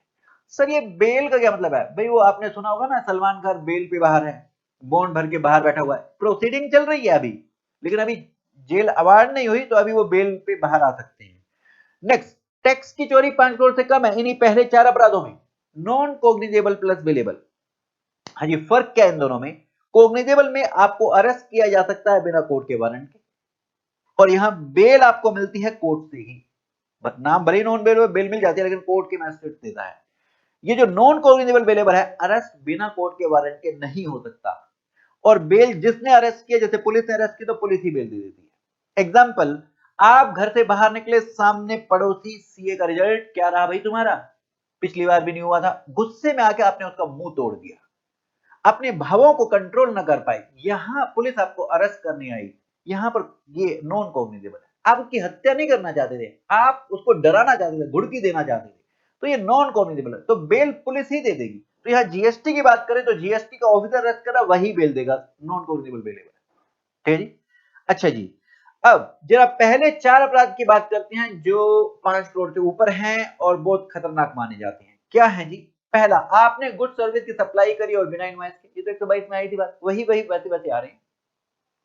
गुड सर्विस की सप्लाई बिना इनवॉइस के, दूसरा इनवॉइस इशू किया लेकिन गुड सर्विस की सप्लाई नहीं कर रखी, तीसरा इसी इनवॉइस के बेस पे उस बार ने फेक बिल के बेस पे क्रेडिट ले लिया, या इसमें एक और पॉइंट भी है कि बिना इनवॉइस के क्रेडिट ले लिया, और लास्ट चौथा पॉइंट, टैक्स कलेक्ट किया जमा नहीं कराया, 3 महीने से ऊपर बीत गए। ठीक है, ये पहले 4 अपराध, अगर 5 करोड़ से ऊपर तो कॉग्निजेबल नॉन बिलेबल, और 5 करोड़ या उससे कम तो नॉन कॉग्निजेबल प्लस बिलेबल। अब जो आगे आ रहे हैं, यहां 5 करोड़ से ऊपर हो कम हो, नॉन कॉग्निजेबल प्लस बिलेबल है। हाँ जी, ई पॉइंट, ये रिफंड गलत ले लिया, फ्रॉड वाला, फ्रॉडलेंटली रिफंड ले लिया, ये ऊपर नहीं है, ये ई पॉइंट, ये यहां नीचे है। ठीक है, फिर इसके बाद फॉल्स रिकॉर्ड प्रोड्यूस किए, या फॉल्स रिकॉर्ड्स बना रहे हो, या फिर फॉल्स इंफॉर्मेशन सबमिट कर रहे हो। हाँ जी, जी, जे और के ये काट दिए गए हैं, मतलब क्या? इनके लिए कोई जेल नहीं होगी, अब ये हटा दिए गए हैं। जी के बाद में पढ़ते हैं एच पॉइंट। हाँ जी, यहाँ पर बिना इनवॉइस के ऐसे गुड्स, बिना इनवॉइस वाला गुड्स हैं जो लायबल टू कॉन्फिस्केशन है, उनमें जो ट्रांसपोर्टर ट्रांसपोर्ट कर रहा है या जो डील कर रहा है या परचेजर है वो यहाँ पकड़ रहे हैं। या आई पॉइंट में बिना इनवॉइस के सर्विस परचेज करे जो रिसीव कर रहा है या डील कर रहा है उसको यहाँ पकड़ रहे हैं। और लास्ट पॉइंट है ये ऊपर वाले अपराधों के लिए जो हेल्प कर रहा है या कॉमिट, ऊपर तो करे थे अपराध, यहाँ अटेम्प्ट टू कॉमिट है, या तो करने की कोशिश करी या हेल्प कर रहा है, तो ये यहाँ लास्ट पॉइंट में आ रहा है। जी जे के जो हटाए गए हैं, जहां पर कोई अब जेल नहीं होगी, डिलीट कर दिए गए हैं। ऑफिसर को आप रोकते थे, अब कोई जेल नहीं। आपको ये एविडेंस डिस्ट्रॉय करते थे, टेम्पर करते थे, कोई जेल नहीं जी। यहाँ इंफॉर्मेशन नहीं सबमिट करी उन्होंने मांगी थी, कोई जेल नहीं जी, तो ये हटा दिए गए। ठीक है, अच्छा तो अब यहाँ पर पनिशमेंट जेल कितनी होगी? हाँ जी, टैक्स की चोरी, इसके साथ मैंने आईटीसी रोंगली अवेल्ड और रिफंड रोंगली टेकन भी लिख दिया, क्योंकि ये नीचे जो आप नेक्स्ट जो नोट देखेंगे टैक्स में उन्होंने बोला आईटीसी और रिफंड को भी शामिल कर लेना। ओके, तो हमने यहां लिख दिया। तो अब इनमें से कोई भी आपको चेक करना होगा। अगर ये टैक्स आईटीसी या रिफंड 5 करोड़ से ऊपर अमाउंट इन्वॉल्व है तो जेल कितनी? 5 साल प्लस फाइन, ये मैक्सिमम। अगर 2 करोड़ से ऊपर है, 5 करोड़ से कम है तो 3 साल प्लस फाइन। अगर 1 करोड़ से ऊपर है तो जनरली जेल नहीं, सिर्फ एक ऑफेंस के केस में जेल में डालेंगे 1 ईयर तक प्लस फाइन। ये कौन सा? ये सिर्फ आपने इनवॉइस इशू किया बिना सप्लाई के, इनवॉइस इशू किया है बिना सप्लाई के, बिना सप्लाई के, बिना सप्लाई, बिना सप्लाई के। अच्छा जी, एक ये एफ अपराध था, फॉल्स रिकॉर्ड बनाना, फॉल्स रिकॉर्ड सबमिट करना। हाँ जी, ये एक अलग से लिखा हुआ है क्या? हाँ जी, ध्यान दीजिए, अगर 2 करोड़ से ऊपर है तो ही जनरली जेल में डाल रहे हैं। 1 करोड़ से ऊपर तो सिर्फ एक ही केस में है ना। 2 करोड़ से ऊपर चोरी है, ये फॉल्स रिकॉर्ड बनाए थे तो ऊपर ही आ गया, या 5 करोड़ से ऊपर था तो ऊपर ही आ गया। लेकिन अगर 2 करोड़ से कम है तो ये नीचे आ गया, और यहां पर हम कह रहे हैं 6 महीने और फाइन। ये फर्स्ट टाइम हम ये अमाउंट देखेंगे। सेकंड बार तुमने अपराध किए वाले या सब्सिक्वेंट ऑफेंस है तो फिर हम अमाउंट देखेंगे ही नहीं, सीधा 5 साल प्लस फाइन। अच्छा, ये जो 5 साल 3 साल 1 साल ये जो लिखे हैं ये मैक्सिमम है जी, मिनिमम कितना? 6 महीने। 6 महीने से कम तभी हो सकता है जब स्पेशल एडुकेट रीजन हो, ये कुछ मानना नहीं जाता। नेक्स्ट, कमिश्नर की परमिशन की जरूरत है। अच्छा जी, बस ये बात होगी। अच्छा, एक चीज और, ये तो जेल में डालना कोर्ट का काम है ना। हाँ, क्या अरेस्ट किया जा सकता है आपको? ये जो पहले 4 अपराध थे इन केसेस में अरेस्ट कर सकते हैं अगर चोरी टैक्स की 2 करोड़ से ऊपर हो। एग्जैक्ट 2 करोड़ होगी तो भी अरेस्ट नहीं करेंगे। तो देखेंगे 2 करोड़ से ऊपर हो, नेक्स्ट पेज पे दिया 2 करोड़ से ऊपर हो पहले 4 अपराध के लिए, तो ही हम अरेस्ट करेंगे। और ध्यान दीजिए, दोबारा कभी आपने अपराध किया फिर हम अमाउंट नहीं देखेंगे, फिर हम आपको अरेस्ट कर सकते हैं। आइए इन्हें समझने के लिए हमने कुछ क्वेश्चन किए थे, क्वेश्चन दिखाता मैं आपको। हाँ जी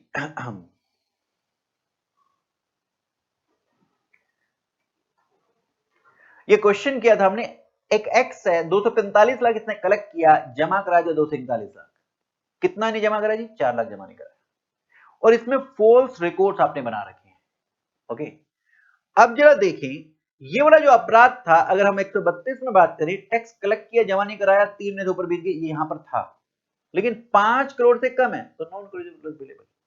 लेकिन फिर से फॉल्स इंफॉर्मेशन की बात कर रही है, एफ पॉइंट में आ गया। हाँ जी, अब जेल की बात, एक तो नॉन कोग्निजेबल प्लस बेलेबल है, यहां पे भी आया तो नॉन कोग्निजेबल प्लस बेलेबल है।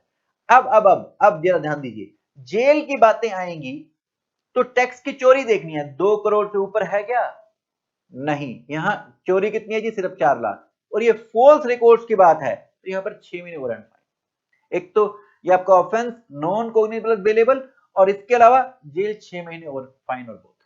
ठीक, नेक्स्ट, वाई ने 550 लाख कलेक्ट किए, इसमें से 30 लाख जमा करा दिए, जमा नहीं कराए 520 लाख, 5 करोड़ से ऊपर है, पहले 4 अपराधों में नाम आ रहा है तो कोग्निजेबल प्लस नॉन बेलेबल, और अरेस्ट भी कर सकते हैं जी आपको क्योंकि 2 करोड़ से ऊपर है। और जेल कितनी? 5 साल प्लस फाइन। जेल कितनी? 5 साल प्लस फाइन। अच्छा, इसी क्वेश्चन में इसने पूछा अगर ये दोबारा रिपीट करें ऑफेंस, तो दोबारा एक बार फिर करें तो फिर हम अमाउंट नहीं देखेंगे, सीधा 5 साल प्लस फाइन, सीधा 5 साल प्लस फाइन। ठीक है, सीधा 5 साल प्लस फाइन। फिर एक और क्वेश्चन हमने किया था, हाँ जी, इसमें इसने पूछा है ऑफेंस भी बताओ, प्रोसिक्यूशन भी बताओ, अरेस्ट के बारे में बताओ, बेल के बारे में बताओ। तो हमने ये 4 कॉलम बना लिए। हाँ जी, आशुराम, ये जून की बातें हैं, आशुराम ने आईटीसी लिया बिना इनवॉइस के। हाँ जी, बिना इनवॉइस के। क्या ये पहले 4 अपराधों में नाम आता था? जी हाँ, ये आईटीसी लेना फेक इनवॉइस के बेस पे। आईटीसी लिया है विदाउट इनवॉइस, या फिर ये विदाउट इनवॉइस भी आता था, इसमें आता है, लेकिन यहां 5 करोड़ से कम हो तो NC plus B, NC plus B. और अरेस्ट की बात कब आती है? 2 करोड़ से ऊपर, तो यहाँ ये एग्जैक्ट 200 करोड़, 200 लाख है, मतलब एग्जैक्ट 2 करोड़ है, अरेस्ट नहीं। और ये एनसी प्लस बी, तो हमने लिखा एनसी और ये बी, और कोई अरेस्ट नहीं, कोई अरेस्ट नहीं। और जेल की बात 2 करोड़ से ऊपर ही आती है, तो यह 2 करोड़ है एग्जैक्ट, तो जेल भी नहीं, कोई भी जेल नहीं। नेक्स्ट, हाँ जी, Baahubali fraudulently avails refund, refund ये आपके 4 के बाद 5वां अपराध था, यहां नीचे रिफंड की बात है, तो यहां अमाउंट कितना भी हो एनसी प्लस बी, और अरेस्ट की बात नहीं आती यहां पर, सिर्फ पहले 4 अपराधों में अरेस्ट की बात आती है, वो भी 2 करोड़ से ऊपर चोरी हो तो यहां एनसी प्लस बी और अरेस्ट नहीं। और चूंकि यहां पर अमाउंट 5 करोड़ से ऊपर है तो 5 साल तक कीजिए। तीसरा, चिंतामणि फॉल्स इंफॉर्मेशन की बात आ गई जी, हाँ जी फॉल्स इंफॉर्मेशन, लेकिन टैक्स की चोरी 2 करोड़ से ऊपर है, तो 2 करोड़ से ऊपर है तो 3 साल प्लस जेल, 3 साल प्लस जेल, ठीक है, 3 साल तक की जेल। और यहां पर फॉल्स इंफॉर्मेशन वाला पहले 4 में नहीं था, तो एनसी प्लस बी, तो NC plus B, non criminal deliver. Last, 650 lakh tax collect किया जनवरी में और जून आ गई है, 3 महीने से ऊपर बीत गए, जमा नहीं कराया, 50 लाख ही जमा कराया, तो 600 लाख, 5 करोड़ से ऊपर है, पहले 4 अपराध में है, तो सी प्लस एन बी। और 2 करोड़ से ऊपर है तो अरेस्ट भी किया जा सकता है, तो C plus N B, C plus N B, और ये अरेस्ट भी किया जा सकता है, और चूंकि 5 करोड़ से ऊपर अमाउंट है 5 साल तक की जेल। ठीक है जी, चलिए इसके बाद अब हम चलते हैं आगे। हाँ जी, आएंगे वापस अपनी एग्जामिनेशन बुक में, हमारा 132 हो गया, 33 133, यहां हम ऑफिसर को जेल में डाल रहे हैं। ऑफिसर के पास कुछ इंफॉर्मेशन होती है, अगर वो इंफॉर्मेशन उन्होंने बेच दी राइवल कंपनी को, ये नहीं कि वो अपनी ड्यूटीज परफॉर्म करा उस समय अगर शेयर करी होती, या किसी को जेल में डालने के लिए ऑफिसर ने अगर ये शेयर की होती इंफॉर्मेशन, वो वाला केस नहीं है, इसने राइवल कंपनी को बेची।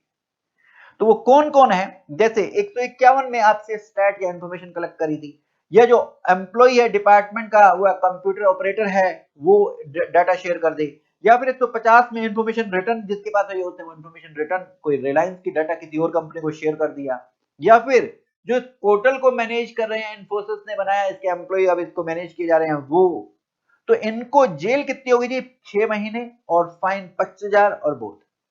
हाँ जी, ध्यान दीजिए, ये जेल में डालने के लिए ऑर्डर चाहिए होता था कमिश्नर का, ये लेकिन अगर गवर्नमेंट सर्वेंट है तो गवर्नमेंट का पर सैंक्शन चाहिए, अदर देन गवर्नमेंट सर्वेंट के लिए कमिश्नर का ऑर्डर चाहिए। 134 हम कर चुके, 135 कर चुके, 136। हाँ जी, एक मिस्टर ए है, एक इसका एम्प्लॉई है, इसको समन देकर बुलाया था, और समन में ये बता के गया कि मेरा जो बॉस है ये चोरी करता है, इसने 100 करोड़ की सेल कर रखी है और उस पर अभी तक टैक्स नहीं दिया, एक अलग सॉफ्टवेयर है जिसपे अकाउंट्स मेंटेन करता है, उसका कोई यूजर आईडी पासवर्ड आपको नहीं दे रखा। क्या इस स्टेटमेंट को मिस्टर ए के अगेंस्ट में यूज किया जा सकता है जेल में डालने के लिए? जी हाँ। क्या ये ए के एम्प्लॉय ने बता दिया यहाँ पे डिपार्टमेंट को आकर, क्या एम्प्लॉय बचेगा? कह रहे इस स्टेटमेंट को यूज कर सकते हैं, चाहे एम्प्लॉय की डेड हो गया हो, ढूंढे ना मिल रहा हो, वो मेंटली हैंडिकैप हो गया है, वो एविडेंस दे ही नहीं पा रहा है, या फिर उसको एडवर्स पार्टी ने अपने कब्जे में ले रखा है, या फिर वो फॉरेन कंट्री भाग गया, उसको लाने में बहुत समय लगेगा या बहुत खर्चा लगेगा, तब भी स्टेटमेंट को यूज किया जा सकता है। और इसमें नेक्स्ट पॉइंट है कि अगर खास तौर से तब अगर उसे कोर्ट के सामने विटनेस के रूप में बुलाया गया था और तब उसने अगर कोई स्टेटमेंट दी थी, तो जस्टिस देने के लिए स्टेटमेंट का यूज किया जाएगा। ओके, फिर इसके बाद सेक्शन 137, हाँ जी, कंपनी ने ऑफेंस किया, आपने कंपनी पे पेनल्टी तो मांग ली 122 में, टैक्स इंटरेस्ट मांग लिया सेक्शन 9 में, अब यहां पर जेल में किसको डालोगे? तो कह रहा अगर कंपनी ने ऑफेंस किया तो जो पर्सन इंचार्ज कंपनी गिल्टी माने जाएंगे, उस पर्सन इंचार्ज को हम जेल में डालेंगे। इसके अगेंस्ट में पर्सन इंचार्ज जैसे एमडी चेयरमैन हो गया, हाँ जी, एमडी चेयरमैन के अलावा, पीआईसी के अलावा अगर ये ऑफेंस किया है director, manager, secretary, other officer ने, इसकी कंसेंट से हुआ है या इनकी नेग्लिजेंस से हुआ, तो इनको भी गिल्टी माना जाएगा, इनको भी जेल में डाला जा सकता है। अगर ये प्रूव कर दे कि ये हमने कोशिश की थी कि अपराध ना हो, ड्यू डिलिजेंस की थी, या हमारी नॉलेज के बिना हुआ, तो हम इनको छोड़ देंगे। ठीक है, नेक्स्ट, अगर ये अपराध पार्टनरशिप फर्म एलएलपी ने किया तो हम पार्टनर को गिल्टी मानेंगे, अगर एचयूएफ ने तो कर्ता को, अगर ट्रस्ट ने तो मैनेजिंग ट्रस्टी को, इन्हें हम गिल्टी मानेंगे। इनके अलावा अगर कोई trustee, manager, secretary, other officer हैं, ये भी इस ऑफेंस में इनके कंसेंट से हुआ था या इनकी नेग्लिजेंस से हुआ, तो इनको भी गिल्टी माना जाएगा, इनको जेल में डाला जा सकता है।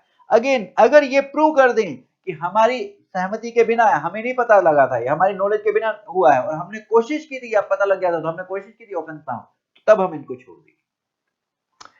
हाँ जी, नेक्स्ट सेक्शन 138, आखिरी सेक्शन इसका, कंपाउंडिंग बाय कमिश्नर। हम यहाँ पर जेल से आपको बचा रहे हैं, कब? कोर्ट में प्रोसीडिंग अगर अभी नहीं शुरू हुई है या प्रोसीडिंग स्टार्ट हो गया लेकिन कोर्ट ने अभी तक कन्विक्ट नहीं किया, अगर कोर्ट कन्विक्ट कर चुका फिर कंपाउंडिंग नहीं हो सकती।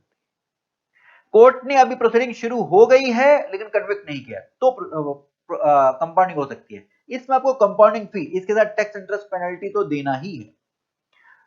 कंपाउंडिंग फी कितनी है जी? मिनिमम 25% ऑफ टैक्स, मैक्सिमम कितनी है? 100% ऑफ टैक्स। ये दे दो, क्या फायदा होगा? हम प्रोसिक्यूशन प्रोसीडिंग से आपको बचा देंगे। लेकिन ध्यान रहे, 3 केसेस में कंपाउंडिंग नहीं होगी। एक तो कोर्ट ने कन्विक्ट कर दिया, बता ही चुके।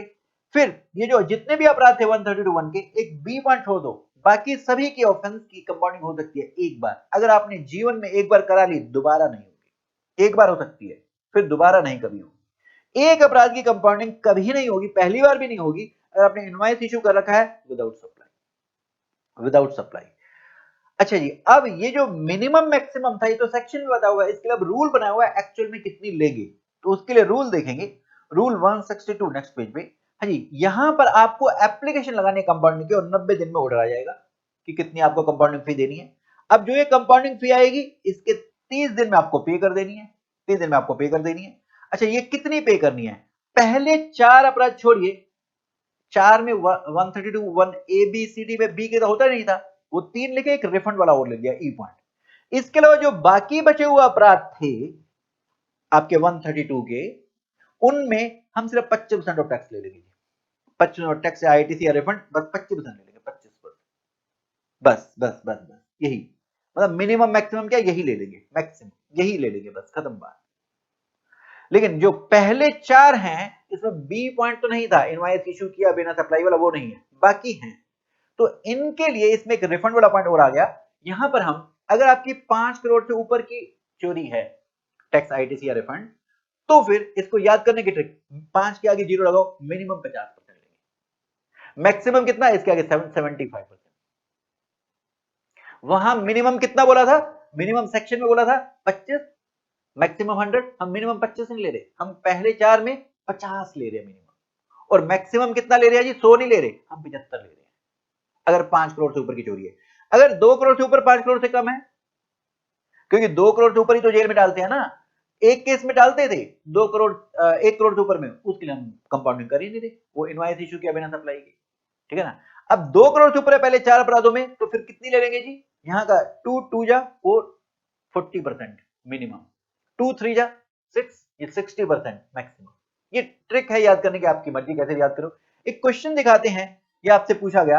हाँ जी, डिपार्टमेंट ने प्रोसिक्यूशन प्रोसीडिंग इनिशिएट कर ली है, साहिल ने 8 करोड़ का टैक्स कलेक्ट किया, जमा नहीं कराया, 3 महीने से ऊपर बीत चुके हैं। क्या ये अपराध इन पहले 4 में आ रहा है? ये आ गया जी, टैक्स कलेक्ट किया, जमा नहीं कराया, 3 महीने से ऊपर बीत गए। तो अब इसने सवाल पूछा है मिनिमम 50, 8 करोड़ है ना, 5 करोड़ से ऊपर है, तो मिनिमम 50, मैक्सिमम 75। तो मिनिमम 50, 4 करोड़, मैक्सिमम 75, 6 करोड़, ये कंपाउंडिंग फी देनी पड़ेगी। एक्चुअल में ऑफिसर ने लगाई है 5.2 करोड़। तो अगला सवाल इससे पूछा, क्या ये सही लगाई है कमिश्नर ने? हाँ जी, मिनिमम ये 4 और 6 करोड़ के बीच में हो सकती है, सही है, इस लिमिट के बीच में। तीसरा, कितने समय में जमा करानी होगी? 30 डेज में ऑर्डर रिसीव होने के। जी, यहां ये ऑफेंसिव पेनल्टी की बात खत्म होगी। अब हम एक नया टॉपिक एथिक्स की बात करने जा रहे हैं, जो आपके उसमें ऐड किया गया। हाँ जी, एथिक्स क्या है? आ जाइए पेज नंबर 18.12 पर।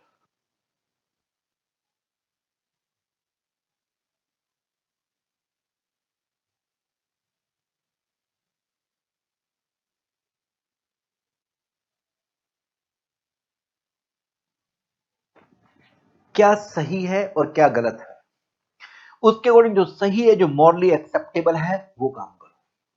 अगर आप ऐसा करते हैं, अगर आप एथिकल कंडक्ट करते हैं, तो रेगुलेटरी कॉम्प्लायंस करेंगे, मतलब रिटर्न फाइल टाइम से करेंगे, रजिस्ट्रेशन कराएंगे, इनवॉइस इशू करेंगे, टैक्स सही टाइम से जमा कराएंगे। इससे क्या होगा? टैक्स इवेजन ना के बराबर गवर्नमेंट की रेवेन्यू इंक्रीज होगी। अगर आप अनएथिकल प्रैक्टिस करते हैं, बोगस इनवॉइस इशू करते हैं, गलत क्रेडिट लेते हैं, तो गवर्नमेंट की रेवेन्यू कम होगी। और इसमें एक अनइवन प्लेइंग फील्ड होगी ऑनेस्ट टैक्स पेयर के साथ में। ऑनेस्ट टैक्स पेयर जमा करा रहा है, अनऑनेस्ट जमा नहीं करा रहा, वो तो अमीर हो जाएगा, ये तो गरीब हो जाएगा। ऑनेस्ट तो ये तो गलत है। इसलिए आपको एथिकल बिहेवियर को प्रमोट करना है। अब सीए का क्या रोल है? सीए को आपने पढ़ा होगा कोड ऑफ एथिक्स को फॉलो करना होता है। इसके फंडामेंटल प्रिंसिपल क्या है जी? Integrity, objectivity, professional competence, due care confidentiality और प्रोफेशनल बिहेवियर। अब आपने ऑडिट में पढ़ा होगा सीए एक्ट 1949 में लिखा हुआ है, हम सीए के अगेंस्ट में डिसिप्लिनरी एक्शन लेंगे अगर वो गिल्टी पाया गया प्रोफेशनल मिसकंडक्ट का। और इसके लिए सेकेंड शेड्यूल में आपने ऐसे 2 पॉइंट पढ़े होंगे। सेकेंड शेड्यूल के पार्ट 1 क्लोज 7 में लिखा हुआ है अगर वो ड्यू डिलिजेंस नहीं करता, ग्रोसली नेग्लिजेंट है अपने काम करने में, प्रोफेशनल ड्यूटी करने में, तो उसके अगेंस्ट में एक्शन लिया जा सकता है, वो गिल्टी माना जाएगा। नंबर 2 आपने पढ़ा होगा सेकंड शेड्यूल के पार्ट 1 क्लोज 8 में सीए जो है, जो प्रैक्टिस में उसे गिल्टी माना जाएगा। मान लो उसे कोई ओपिनियन देना, कोई सर्टिफिकेट देना है या कोई रिपोर्ट देनी है, पैसे लेके उसने ये सर्टिफिकेट दे दिया, कोई बुक्स नहीं मंगाई, कोई बुक्स नहीं चेक करी, तो उसने ये ओपिनियन देने के लिए सफिशिएंट इंफॉर्मेशन नहीं मंगाई, नहीं, सीधा ऐसे पैसे लेके ऑर्डर पास कर दिया, सर्टिफिकेट दे दिया या रिपोर्ट दे दी, तो वो गिल्टी माना जाएगा। हाँ जी, ये आपने ऑडिट में पढ़ा हुआ था। अब जीएसटी में 5 काम करने होते हैं इस सीए को। पहला, कॉम्प्लायंस फंक्शन, जैसे रजिस्ट्रेशन कराना, रिटर्न फाइल करना, एक्सेट्रा। दूसरा, कोर्ट के सामने तो नहीं, अपीलेट अथॉरिटी ऑफिसर के सामने, ट्रिब्यूनल के सामने रिप्रेजेंट करना। तीसरा, कोई एडवाइस देना क्लाइंट को। चौथा, कुछ सर्टिफिकेट देना। पांचवा, ऑडिट रिपोर्ट बनाकर देना, वो स्पेशल ऑडिट वाली। तो ये एक एक करके इनको डिस्कस करते हैं। पहला, कॉम्प्लायंस फंक्शन। हाँ जी, ये कॉम्प्लायंस फंक्शन करने के लिए पहले ये बताएं क्या सीए को लेटेस्ट प्रोविजन की जानकारी होना जरूरी है? जो जीएसटी अमेंडमेंट रेगुलर हो रही है उनको पढ़ना जरूरी है? जी हाँ, नहीं तो क्या होगा, वो कॉम्प्लायंस सही से नहीं करा पाएगा, है ना।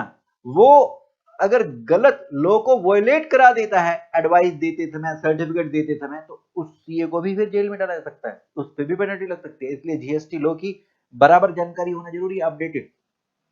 हाँ जी, अब नेक्स्ट, सीए का क्या रोल है कॉम्प्लायंस फंक्शन में? वो रजिस्ट्रेशन करा के दे सकता है, कोई परचेज सेल का एक एग्रीमेंट बनना, उसकी कंडीशन ड्राफ्ट करके दे सकता है, टैक्स प्लानिंग करा के दे सकता है, ई वे बिल बनवा के दे सकता है, टैक्स पे करा सकता है, टीडीएस के रिटर्न फाइल करा सकता है, एंटी प्रॉफिटिंग के प्रोविजन को फॉलो करा सकता है, रिटर्न टाइम से भरवा सकता है। इसके अलावा books of accounts and records को टाइमली ये मेंटेन और डिटेल बनवा सकता है, tax invoice, receipt, voucher, payment voucher, इनको बता सकता है, इसको संभाल के रखें। तो ये काम हो गया कॉम्प्लेक्स वाला। अब टैक्स एडवाइजर में, जैसे मान लीजिए एक बंदा चाय के साथ में सोप भी बेच रहा है, तो उसको प्राइसिंग स्ट्रेटेजी बताएगा, भाई ये गलत है, ये मिक्स सप्लाई मानी जाएगी, दोनों में जो जीएसटी का रेट हायर होगा ना टी सोप में, वो लग जाएगा पूरी वैल्यू में। ठीक है, तो वो कुछ कंसल्टेंसी ऐसे दे सकता है। सर्टिफिकेट के बारे में अभी नीचे डिटेल में बात करते हैं। और सर्टिफिकेट के बारे में, एक रिप्रेजेंट जीएसटी ऑफिसर के सामने, अपीलेट अथॉरिटी और ट्रिब्यूनल के सामने क्लाइंट के बिहाफ पर रिप्रेजेंट कर सकता है। नोटिस क्लाइंट को है, ये जा सकता है कोर्ट के सामने, जा सकता है ट्रिब्यूनल तक जा सकता है जिससे। सर्टिफिकेट की बात अभी बात करते हैं नीचे। हाँ, सर्टिफिकेट देते समय ड्यू डिलिजेंस करनी है, स्टैंडर्ड और क्वालिटी कंट्रोल आपने ऑडिट में पढ़ा होगा, उसको ध्यान रखना। अब मैं आपको याद दिलाता हूं, आपने आईटीसी के चैप्टर में ऐसी बातें करी थी क्या, कि जब आपकी टर्नओवर 10-20-40 लाख से क्रॉस हो गई, अब रजिस्ट्रेशन के लायबल हो गए। जिस दिन ये क्रॉस हुई उस दिन आपके पास जो स्टॉक पड़ा होगा, अब आप इसको बेचोगे तो जीएसटी देना है। क्या स्टॉक का क्रेडिट भी मिल जाएगा? जी हाँ, कैपिटल गुड्स का नहीं, इनपुट का। ऐसी वॉलंटरी रजिस्ट्रेशन आपने कराया है, 10-40 लाख से कम है, तो आपको स्टॉक का क्रेडिट मिल जाएगा? जी हाँ, लेकिन कैपिटल गुड्स का नहीं। इसमें इनपुट का मिलेगा, चाहे इनपुट स्टॉक में है, चाहे सेमी फिनिश्ड गुड्स में है, चाहे फिनिश्ड गुड्स में। लेकिन कैपिटल गुड्स का क्रेडिट 2 केसेस में मिल जाता है। अगर आपकी स्कीम कंपोजिशन की थी, अब वो रेगुलर में आ गई, मतलब 1.5 करोड़ क्रॉस कर गई, तो जिस दिन क्रॉस हुई तो अब इसके बाद आपको नॉर्मल रेट से जीएसटी देना है, तो स्टॉक जो पड़ा होगा उसका क्रेडिट मिल जाएगा, कैपिटल गुड्स का भी क्रेडिट मिल जाएगा। एग्जाम से टैक्सेबल होगी सप्लाई, तो स्टॉक में इनपुट करा हुआ कैपिटल गुड्स का भी क्रेडिट मिल जाएगा, लेकिन तभी जब आप ऑलरेडी रजिस्टर्ड थे किसी और प्रोडक्ट के लिए, ये एग्जाम सामान भी बेचते थे। अच्छा, यहां पर जो आप ये स्टॉक की डिटेल देते हैं और क्रेडिट का अमाउंट डालते हैं, वो आईटीसी 01 एक फॉर्म भरना होता है, उस पर डालते हैं। ये अमाउंट जो आप आईटीसी ले रहे हैं, अगर ये 2 लाख से ऊपर है तो सीएसीएमए का सर्टिफिकेट लगाना होता है। ये बातें हमने चैप्टर 8 में पढ़ी थी, है ना, आईटीसी के साथ में। अब यहां पर लॉजिक समझ लो, अब यहां पर 2-3 लाइनें बता रही हैं बस इससे रिलेटेड।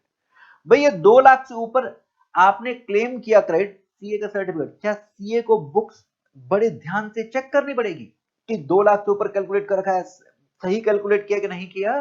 जो आपने क्रेडिट क्लेम किया है, तो सीए को बुक्स ऑफ अकाउंट्स को, अदर रेलेवेंट डॉक्यूमेंट्स को सही से चेक करना होगा ताकि वो रीजनेबल एश्योरेंस दे पाए डिपार्टमेंट को कि इसने आईटीसी सही क्लेम कर रखा है।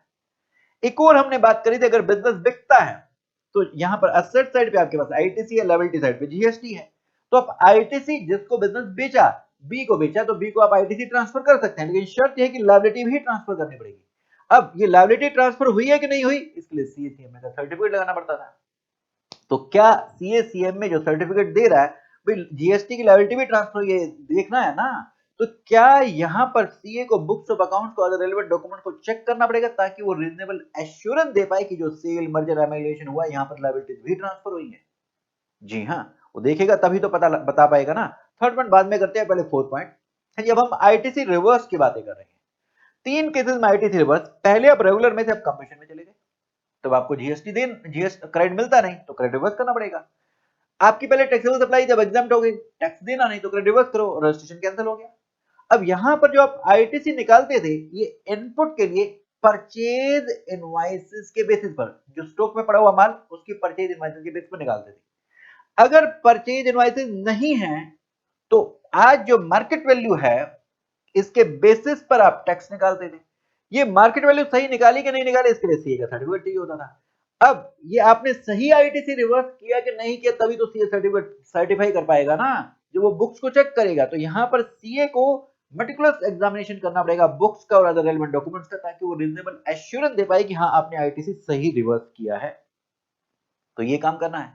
हाँ जी, अब एक रिफंड के टॉपिक में आपने पढ़ा था कि अगर 2 लाख से ऊपर का रिफंड है तो सीएसीएमए का सर्टिफिकेट लगाना होता था, जिसमें ये होता था कि आपने टैक्स का बर्डन पास ऑन नहीं कर रखा है। अब सीए ये कैसे सर्टिफिकेट दे पाएगा जब तक वो ये चेक ना करे बुक्स को कि आपने ये टैक्स का बर्डन पास ऑन कर रखा है कि नहीं कर रखा। तो आपके बुक्स को, डॉक्यूमेंट को, रिकॉर्ड को वो चेक करेगा, प्रॉपर मेटिकुलस एग्जामिनेशन करेगा, जिससे पता लगाएगा कि रीजनेबल एश्योरेंस दे पाए गवर्नमेंट को कि आपने incidence of tax pass on नहीं कर रखा है, तो तब आपको रिफंड मिले।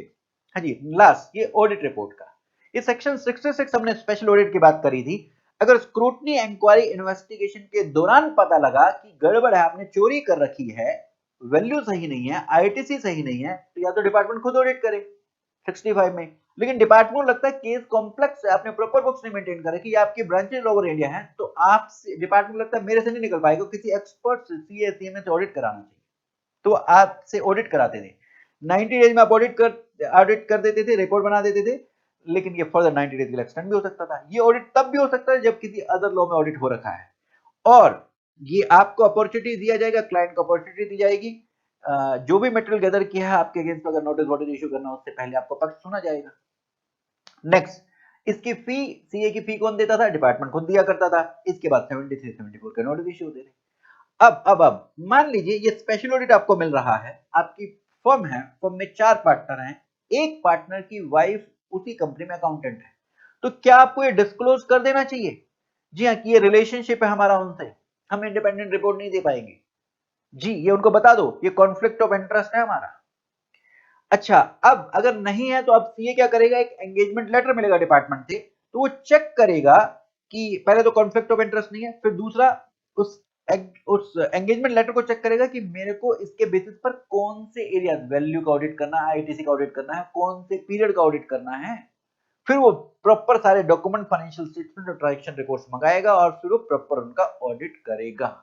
यहां ध्यान रखना सीए को वो अनबायस्ड और इम्पार्शियल माइंडसेट से चले। डिपार्टमेंट चाहेगा कि टैक्स ज्यादा से ज्यादा निकले, एसएससी चाहेगा पैसे देके सीए को बोले कि छोड़ यार, छोड़ के क्या निकालना, कुछ मत निकाल। तो ये ऐसा नहीं करना, आपको अनबायस्ड एंड इम्पार्शियल माइंडसेट और फ्री फ्रॉम एक्सटर्नल इन्फ्लुएंसेस से काम करना है। ओके, तो ये बात हो गई जो जीएसटी लॉ में सर्टिफिकेट या रिपोर्ट जरूरत होती है। इसके अलावा जनरल प्रैक्टिस में भी ऑफिसर कभी कभी सीए का सर्टिफिकेट मांग लेते हैं, तब भी आपको बड़े ध्यान से सर्टिफिकेट देना है। यहां हमारा रिवीजन कंप्लीट होता है।